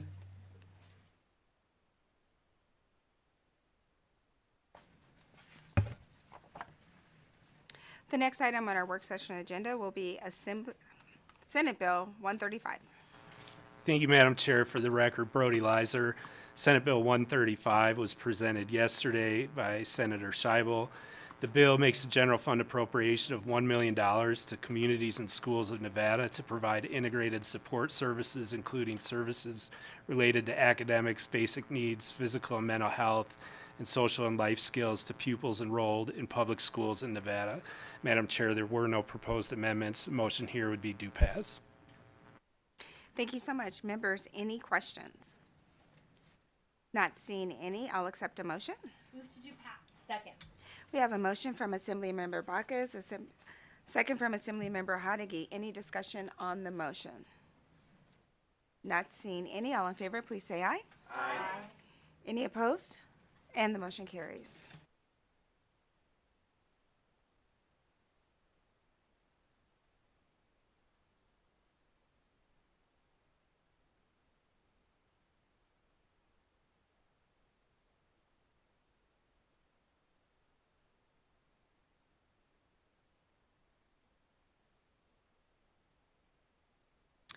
Next on our work session agenda will be Senate Bill 182. Thank you, Madam Chair. Senate Bill 182 was heard by the committee on May 31st. The sponsor was Senator Wynn. The bill revises provisions governing hospital staffing in counties with populations of 100,000 or more, requiring qualifying hospitals licensed for more than 70 beds to establish 2 new staffing committees, one for technical staff and one for services for staff, in addition to existing nursing staff committees. These 3 committees would collaborate to develop hospital documentation for staffing plans.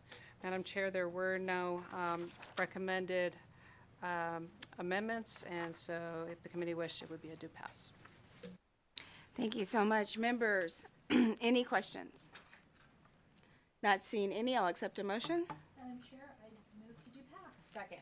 We have a motion from Assemblymember Bacchus, a second from Assemblymember Hadigi. Any discussion on the motion? Not seeing any, all in favor, please say aye. Aye. Any opposed? Nay. If you raise your hands. Assemblyman Cohen, Dickman, O'Neill, Hibbets, and Hafen, and the motion carries.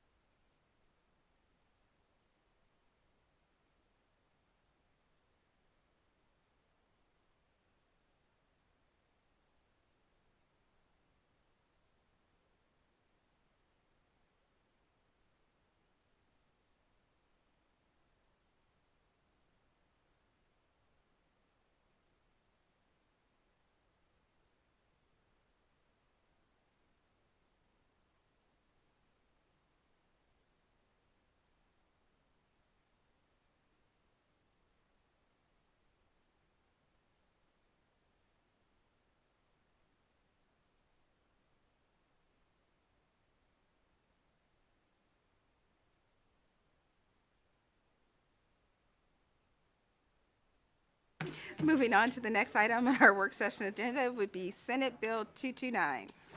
Thank you, Madam Chair. For the record, Brody Leiser. Senate Bill 229 was presented before the committee on May 30th. The bill changes certain requirements for a student to qualify for a state seal of financial literacy, including lowering the grade point average threshold from 3.25 to 3.00, and updating how students may demonstrate proficiency in financial literacy.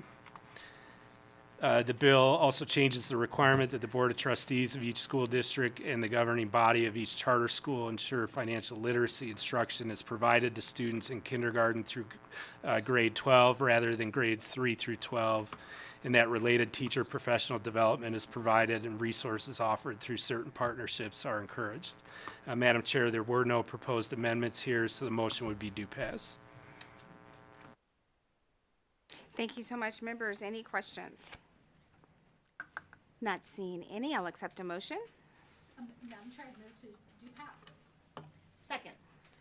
We have a motion from Assemblymember Bacchus, a second from Assemblymember Hadigi. Any discussion on the motion? Seeing none, all in favor, please say aye. Aye. Any opposed? And the motion carries.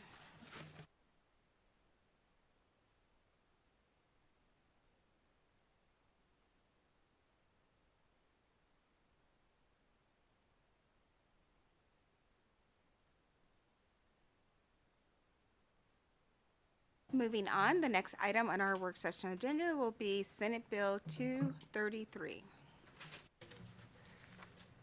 Thank you, Madam Chair. Senate Bill 233 was heard in committee on May 30th by Senator Donate. Senate Bill 233 requires the Council of Food Security within the Department of Health and Human Services to conduct a study relating to the long-term financial stability of the Home Feeds Nevada Agriculture Food Purchasing Program. There was a general fund appropriation that was provided in this bill. So, Madam Chair, if you wish to approve this, it would be a do pass. Thank you so much. Members, are there any questions? Not seeing any, I'll accept a motion. Madam Chair, I move to do pass. Second. We have a motion from Assemblymember Bacchus, a second from Assemblymember Hadigi. Any discussion on the motion? Not seeing any, all in favor, please say aye. Aye. Any opposed? And the motion carries.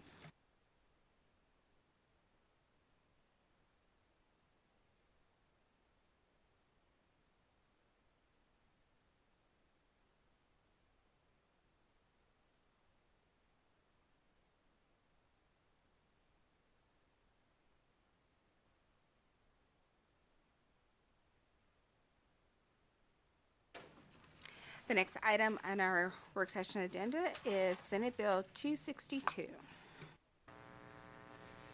Thank you, Madam Chair. For the record, Brody Leiser. Senate Bill 262 was presented to the committee yesterday by Senator Pazina. Senate Bill 262 as amended moves the Advisory Council on Graduate Medical Education and administration of the account for the Graduate Medical Education Grant Program from the Office of Science, Innovation, and Technology to the Department of Health and Human Services. There was discussion during the bill hearing regarding the clarification around the establishment of the Nevada Health Authority. And so if the Nevada Health Authority is established this legislative session, that is where this council would fall under. The bill as amended does provide general fund appropriations of $4.5 million in each year of the 25-27 biennium to the account for graduate medical education grant program. And this bill, Senate Bill 262, was amended in the Assembly Health and Human Services Committee. So the motion here, Madam Chair, would be do pass as amended. Thank you so much. Members, any questions? Assemblymember Bacchus. Thank you so much, Madam Chair. I just want to clarify, because I think the reprint happened. Did that happen on our side? I just wanted to clarify on that, if it's a do pass or a do pass as amended. Thank you. For the record, Brody Leiser. The bill was amended both on the Senate side in Senate Health and Human Services, and then it was amended also on the Assembly side on May 28th, coming out of a Senate Assembly Health and Human Services. It was amended in that committee. So the motion, I believe, is do pass as amended. Madam Chair, I'd move to do pass as amended. Second. We have a motion from Assemblymember Bacchus, a second from Assemblymember Hadigi. Any discussion on the motion? Not seeing any. All in favor, please say aye. Aye. Any opposed? And the motion.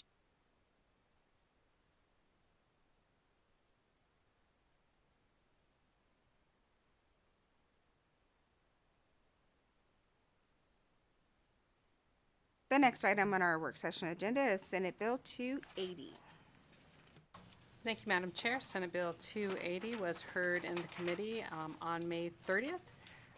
The bill makes an appropriation of $1.3 million from the general fund to the University of Nevada, Las Vegas School of Dental Medicine for the creation of a cleft and craniofacial medical team.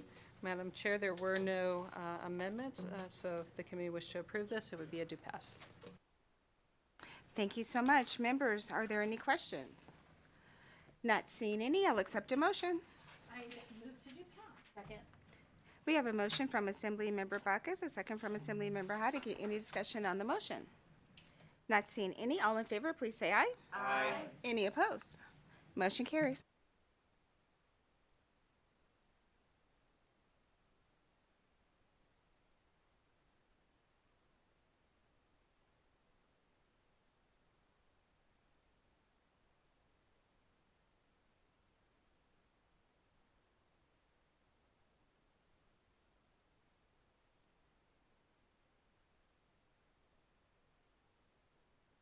The next item on our work session agenda will be Senate Bill 300.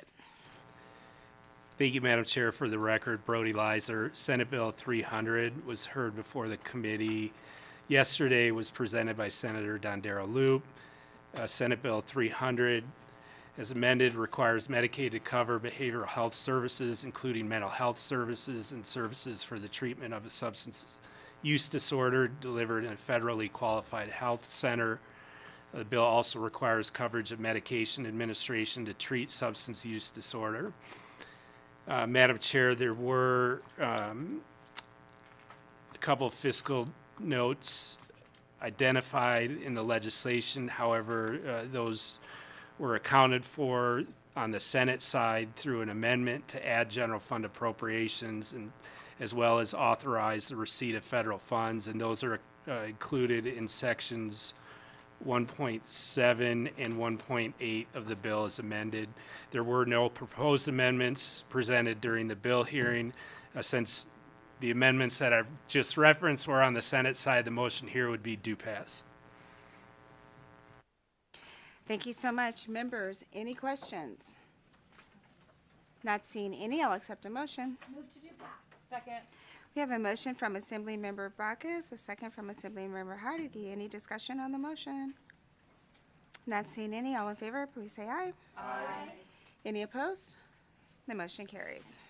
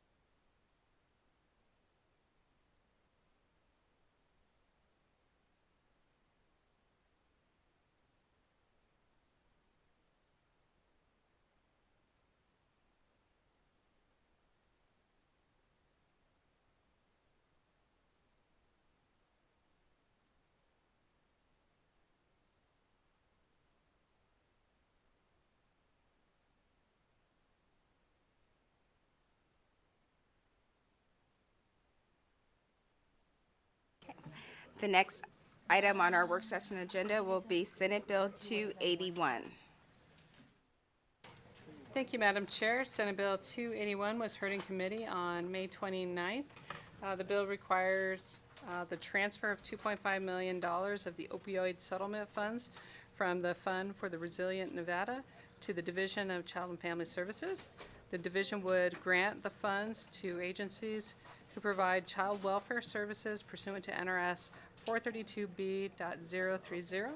The funds would be used to support programs for young adults from ages 18 to 23 who are transitioning from foster care to independent living.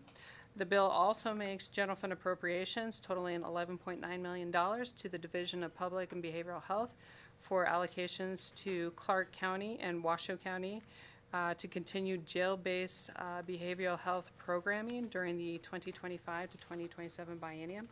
Madam Chair, during the hearing, Senator Wynn had proposed a conceptual amendment to add $75,000 for the center, I'm sorry, $750,000, I apologize, $750,000 to the Center for the Application of Substance Abuse Technologies at the University of Nevada, Reno.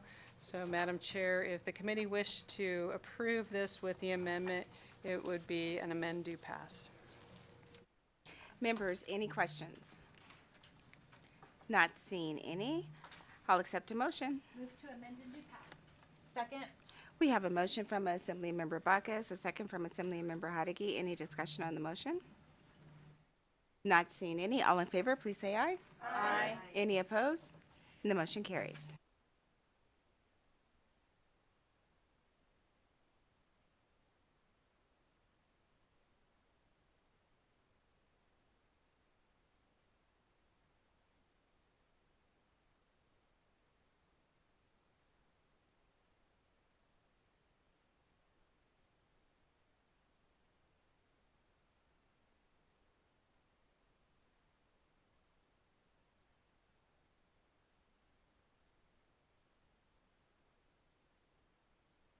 The next item on our work session agenda will be Senate Bill 378.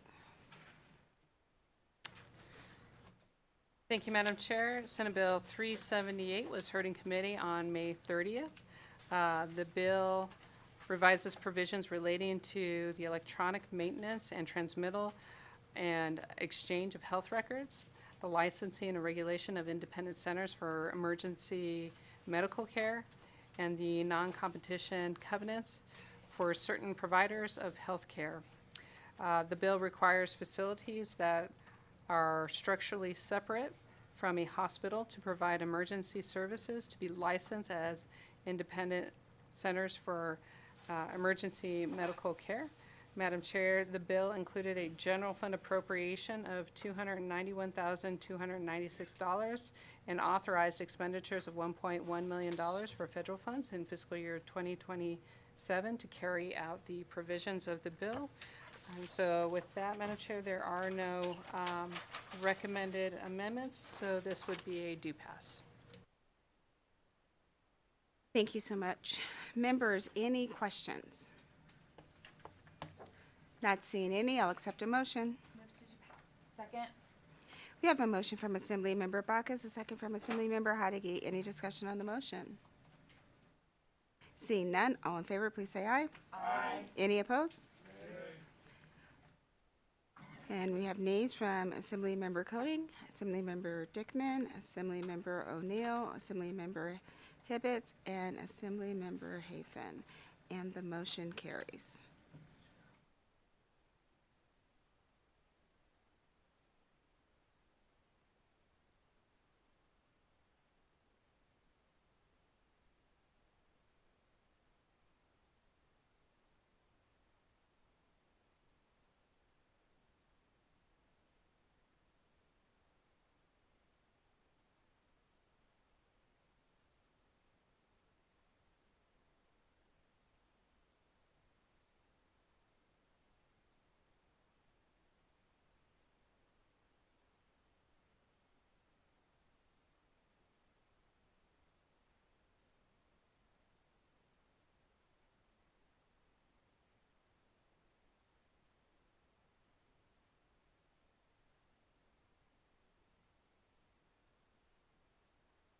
Moving on to the next item on our agenda will be Senate Bill 382.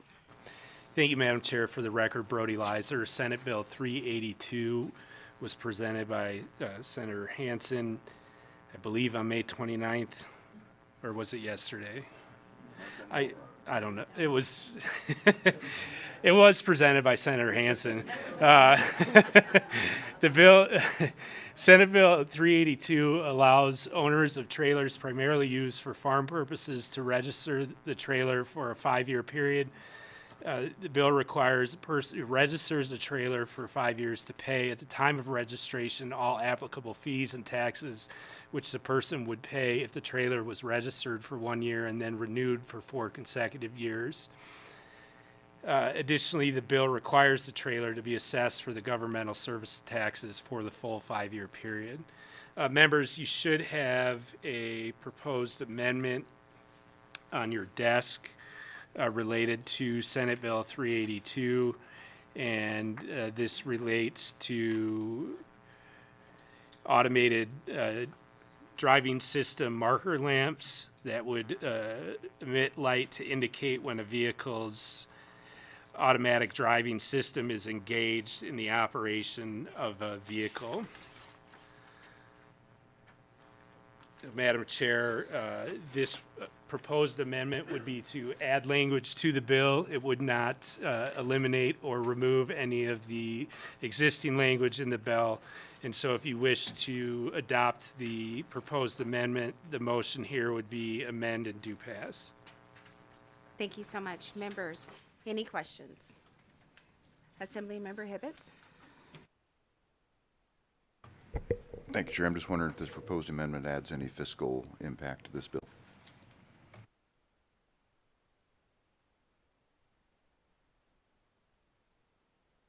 No. Madam Chair, for the record, we don't believe that this would add a fiscal impact to the bill.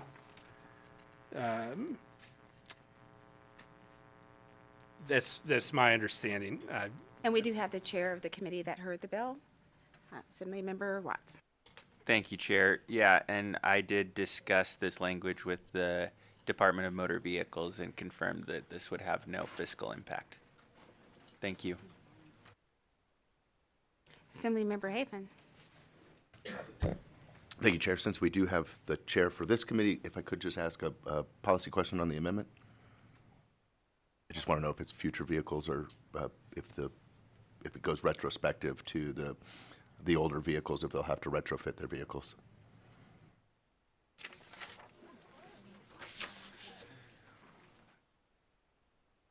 Seeing nobody coming forward, I believe this is just to put some regulations in place going forward. So, perfect. Yeah, and this language, as you can see as well, in subparagraph C, just says it may be equipped with these. So it's really just referencing the appropriate standards and making sure that we have that lined up in our state statutes. Any other questions? Not seeing any.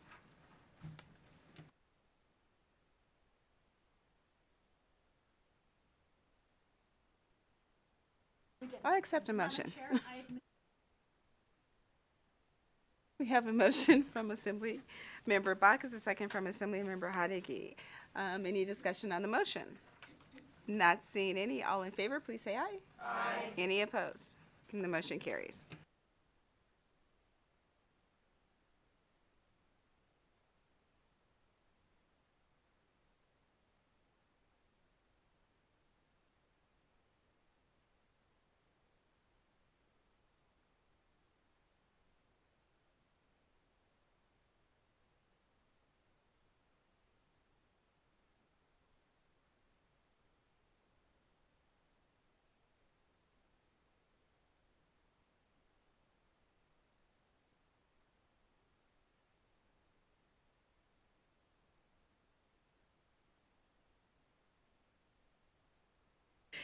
Moving on our work session agenda will be Senate Bill 422.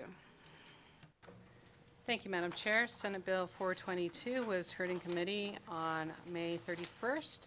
It revises provisions relating to certain deadlines relating to automatic voter registration. It also provides that the DMV extend hours of operations for a county whose population is 100,000 or more for the 2 weeks immediately preceding the deadlines to register to vote by mail, and for 6 days following the election, and allows a person during that same period of time to obtain or renew a driver's license or an ID without an appointment. Madam Chair, there were no recommended amendments for this bill, so if the committee wished to approve it, it'd be a due pass. Thank you so much. Members, are there any questions?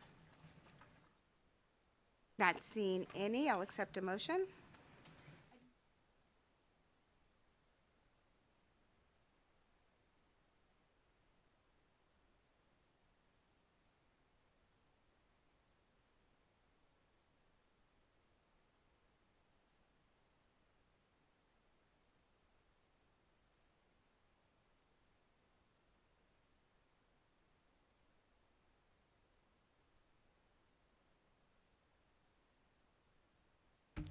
I did not have my mic on. So the nays were, I apologize, Koenig, Dickman, O'Neill, Hibbets, and Hafen.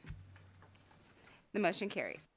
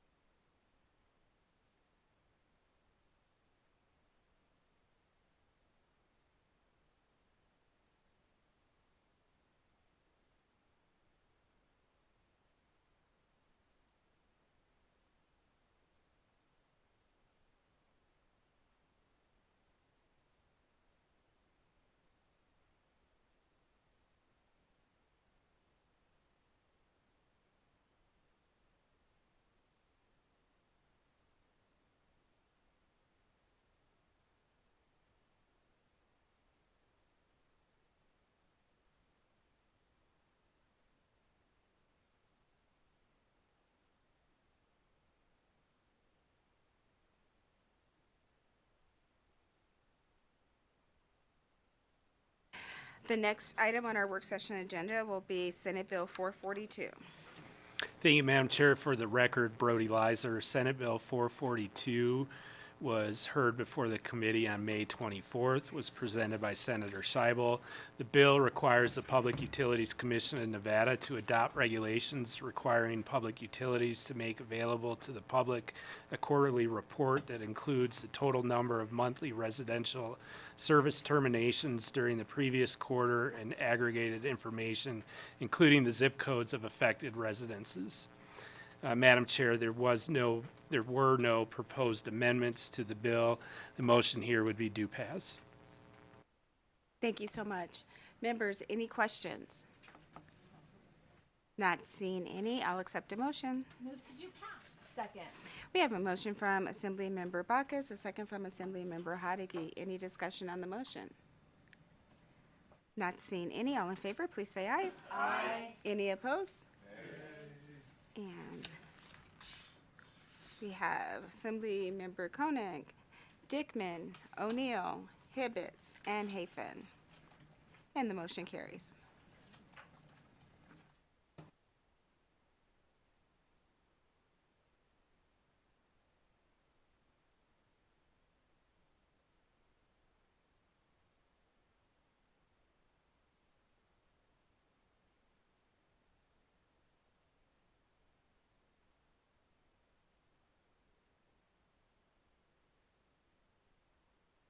The next item on our work session agenda will be Senate Bill 452. Thank you, Madam Chair. Assembly Bill 452 was heard in committee on May 27th. Through Senate Bill 456 of the 2023 Nevada Legislature approved from the State General Fund to the Office of Finance, $50 million for the cost of leases and furniture for state offices and $5 million for training for state employees, for a total of $55 million. This bill extends the reversion date for these appropriations from on or before September 19, 2025 to on or before September 17th, 2027. Madam Chair, there were no proposed amendments, so this would be a do pass. Thank you so much, members. Any questions? Not seeing any, I'll accept a motion. Move to do pass. Second. We have a motion from Assembly Member Bacchus, a second from Assembly Member Hadigi. Any discussion on the motion? Not seeing any, all in favor, please say aye. Aye. Any opposed? And the motion carries.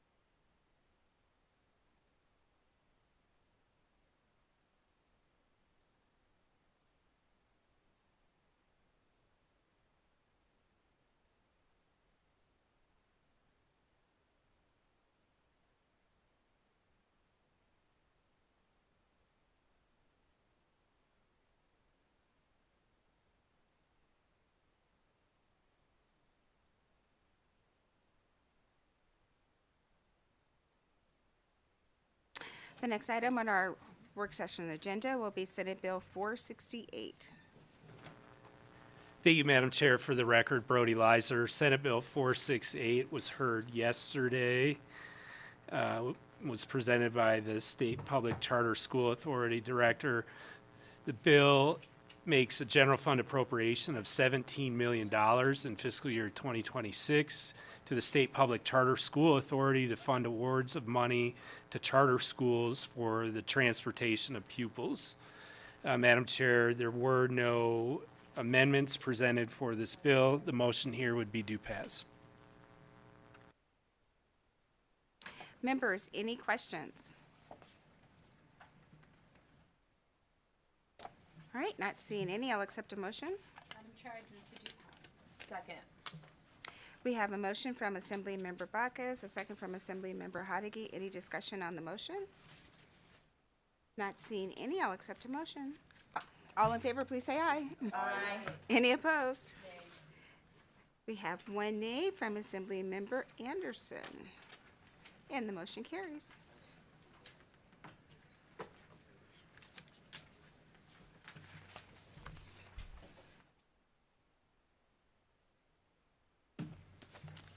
The next item on our work session agenda will be Senate Bill 487. Thank you, Madam Chair. Senate Bill 487 was heard in committee on May 29th. The bill appropriates general fund appropriations of $9 million to the Office of the Secretary of State for costs associated with the business licensing system modernization project, including costs related to contract staff. Madam Chair, there are no proposed amendments, so the motion would be do pass. Thank you so much. Members, any questions? Not seeing any, I'll accept a motion. Move to do pass. Second. We have a motion from Assembly Member Bacchus, second by Assembly Member Hadigi. Any discussion on the motion? Not seeing any. All in favor, please say aye. Aye. Any opposed? And the motion carries.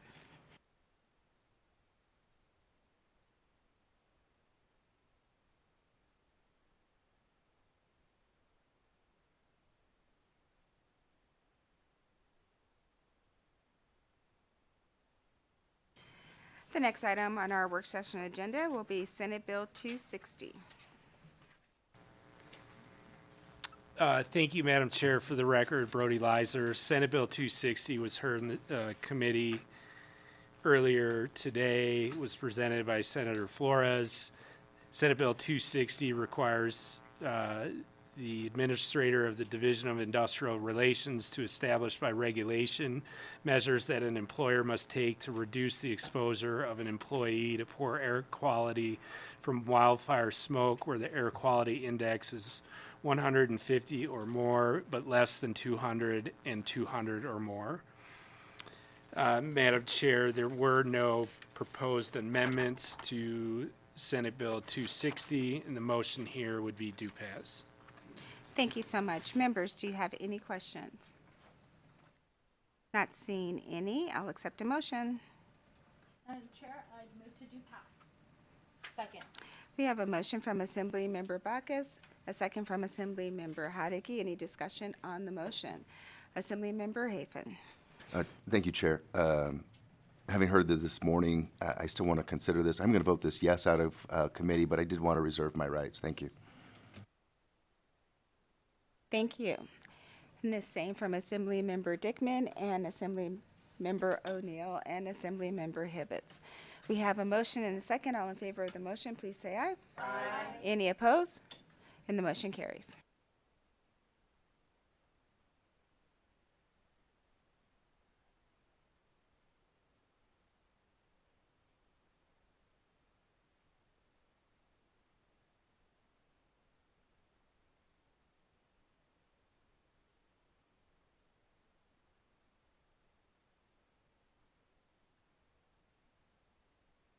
The next item on our work session agenda will be Senate Bill 427.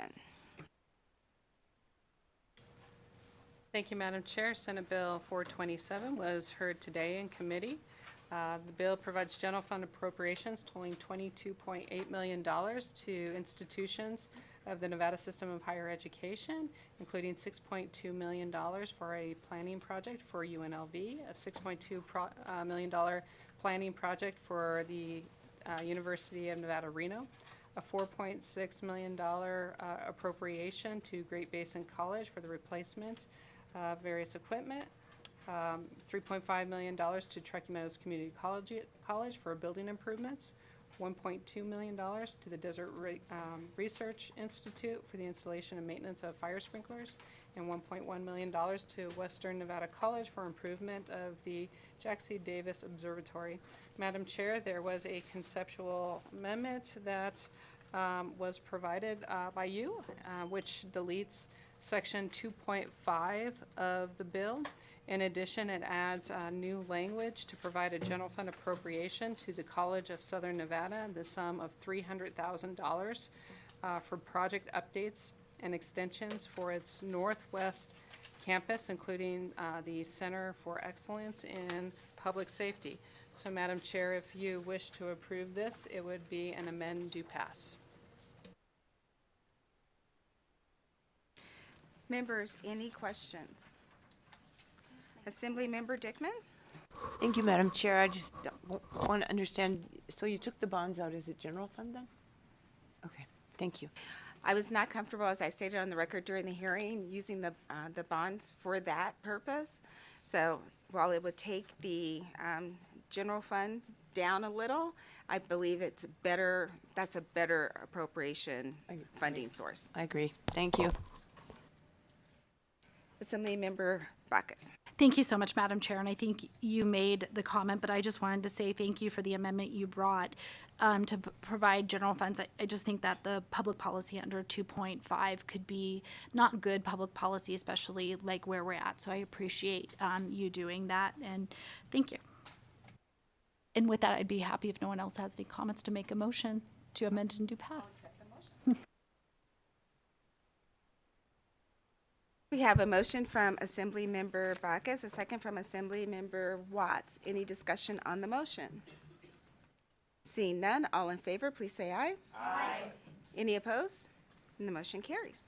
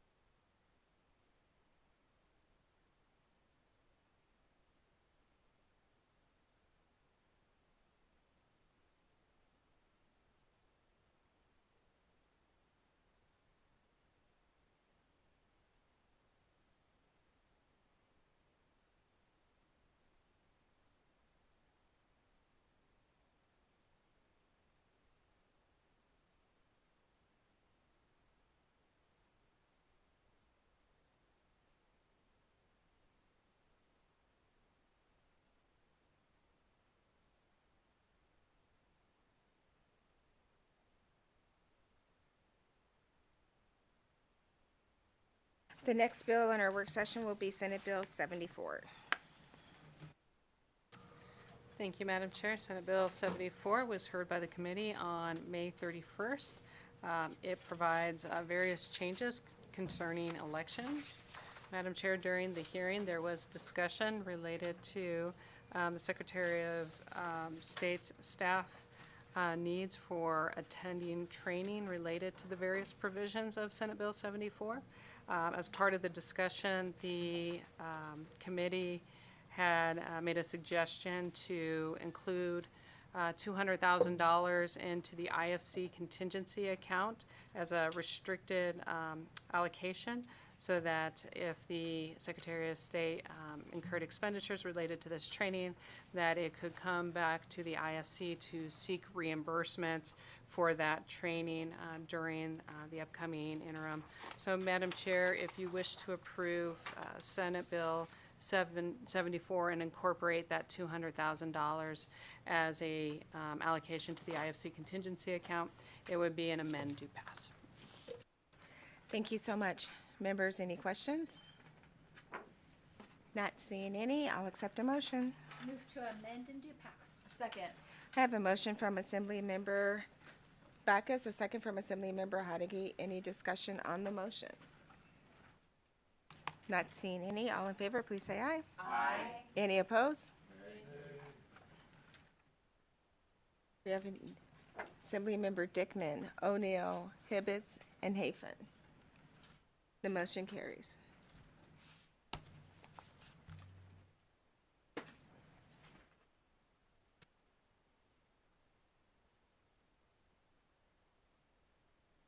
Moving on to the next item on our work session agenda will be Senate Bill 193. Thank you, Madam Chair. For the record, Brody Leiser. Senate Bill 193 was presented by Senator Donate yesterday. The bill requires the Housing Division of the Department of Business and Industry to establish a pilot program to buy down the interest rate on a 30-year fixed-rate mortgage loan for eligible borrowers who are first-time home buyers, have a household income of not more than 160% of the median income for the county residents, the county of residence, and that meet certain underwriting criteria. Madam Chair, the bill does include a general fund appropriation of $10 million in fiscal year 2026 to the Housing Division to establish and carry out the program. The Housing Division did testify that they would not need additional resources to carry this out and administer the program. There were no proposed amendments, so the motion here would be do pass. Thank you so much. Members, any questions? Not seeing any, I'll accept a motion. Second. We have a motion from Assembly Member Backus, a second from Assembly Member Hadigi. Any discussion on the motion? Assembly Member Hibbets? Thank you, Chair. I haven't had a whole lot of time to dig into this one because I was in another committee while it was presented, so I will be a yes and reserve my right. Thank you so much. Thank you so much, Assembly Member Conan, Dickman, and O'Neill. We have a motion and a second. All in favor of the motion, please say aye. Aye. Any opposed? The motion carries.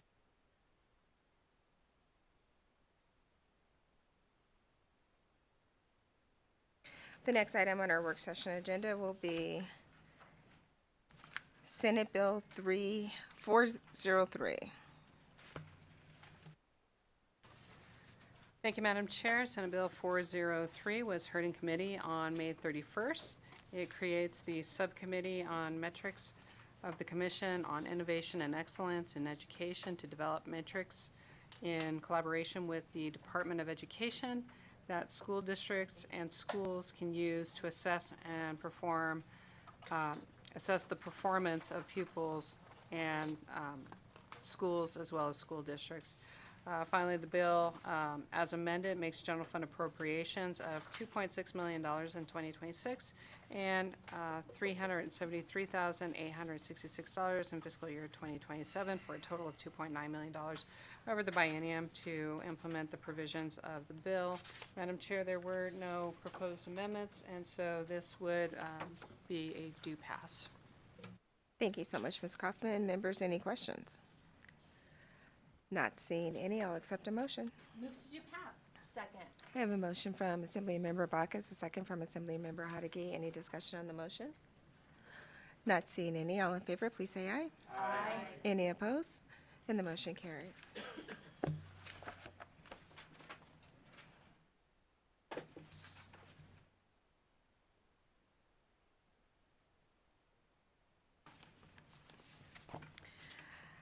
The next item on our work session agenda will be Senate Bill 472. Thank you, Madam Chair. For the record, Brody Leiser, Senate Bill 472 was presented on May 29th by Chancellor Charlton. This bill makes general fund appropriations totaling $9.7 million from the state general fund to the Nevada System of Higher Education for expenditures related to instruction that are due to caseload adjustments at certain institutions within the system. Madam Chair, there were no proposed amendments. The motion here would be do pass. Thank you so much. Members, any questions? Not seeing any, I'll accept a motion. Move to do pass. Second.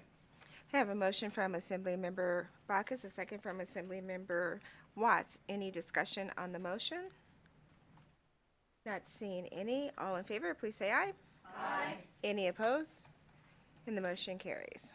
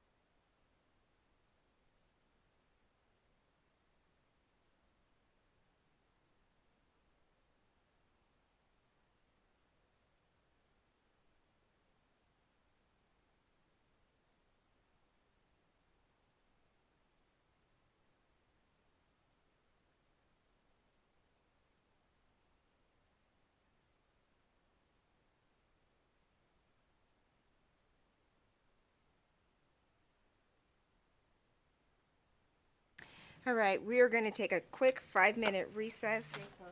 Please stay close to the meeting room, members.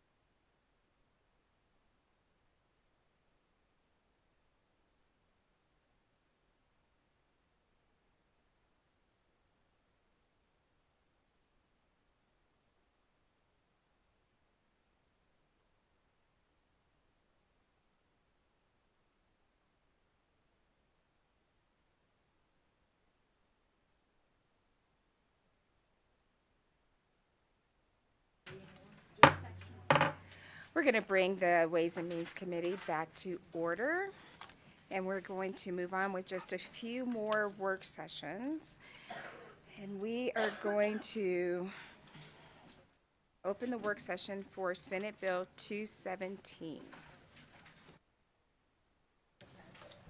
Thank you, Madam Chair.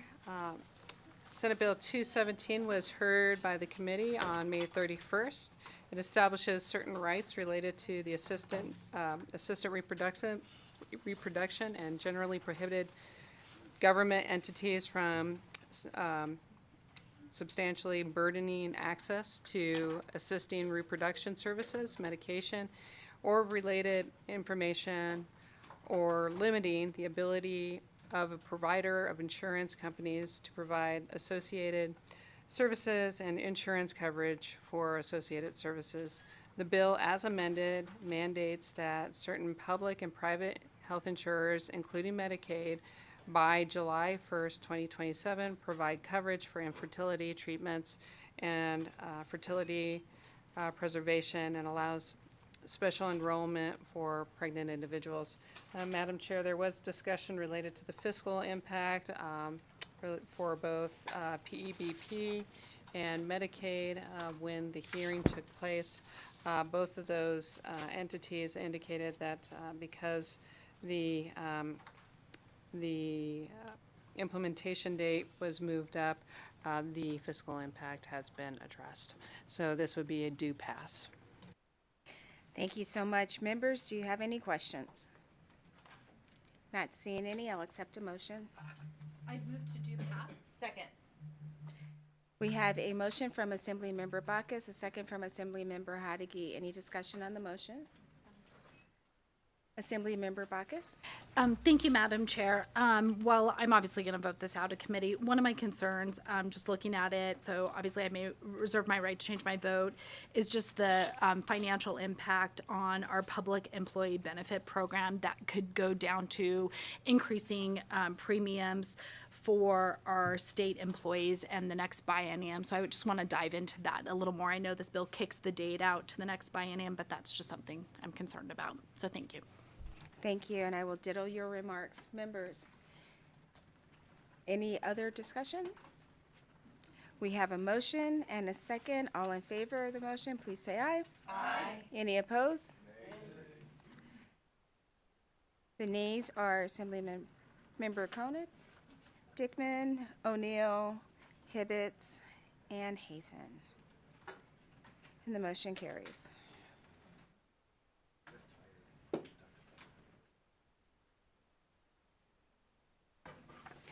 The next item on our work session agenda is Assembly Bill 306. Thank you, Madam Chair. For the record, Brody Leiser. Senate Bill 306 was presented on May 29th by Senator Cruz Crawford. This bill requires the Division of Child and Family Services to establish a task force to develop recommendations for the creation of a program that provides housing and other services to children with emotional disturbances. The bill states that members of the task force shall serve without compensation. The bill requires that public or private inpatient psychiatric treatment facilities that admit children with an emotional disturbance shall not discharge such a child to a temporary facility. Lastly, the bill defines certain terms, including the designation of certain children's mental health facilities. Madam Chair, there was a proposed amendment presented during the hearing. That proposed amendment would delete Section 3, and with that, there was confirmation that the potential fiscal impact to the Division of Child and Family Services would be removed. This bill was heard and amended in Assembly Health and Human Services. So, Madam Chair, the motion here would be to amend and do pass as amended. Thank you so much, Mr. Leiser. Members, any questions? Not seeing any, I'll accept a motion.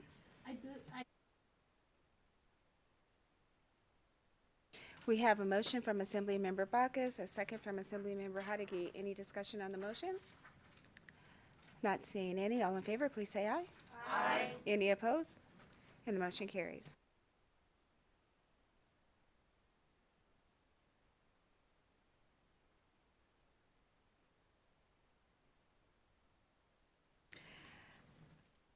The next item on our work session agenda will be Senate Bill 434.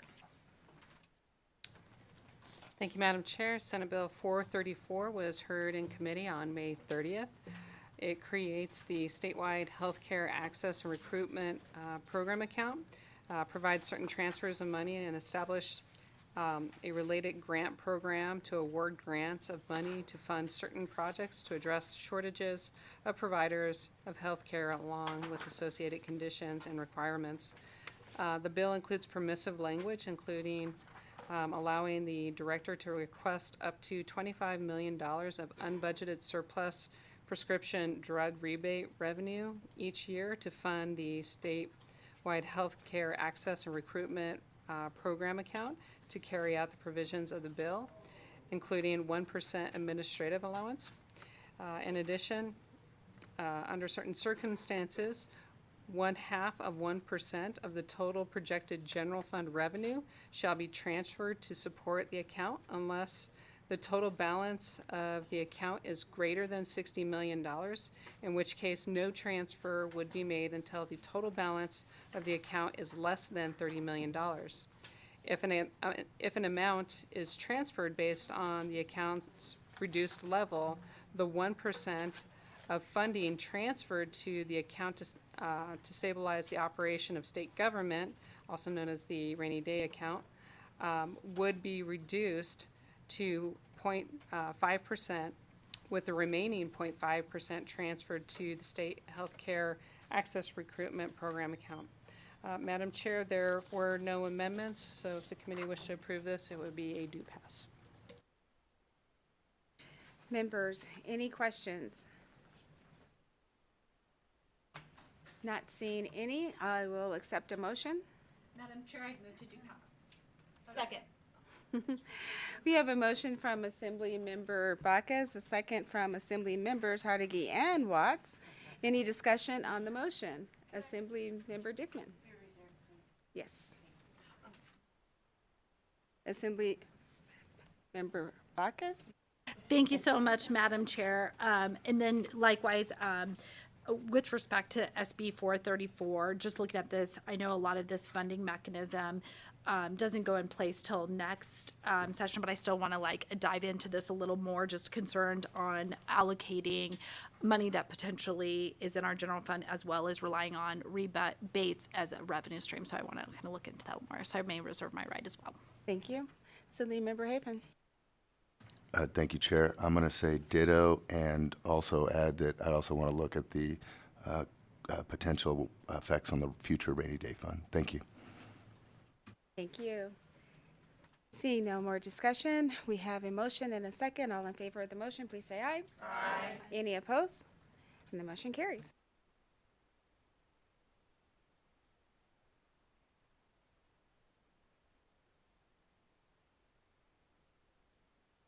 All right, members, that will complete our work session for now.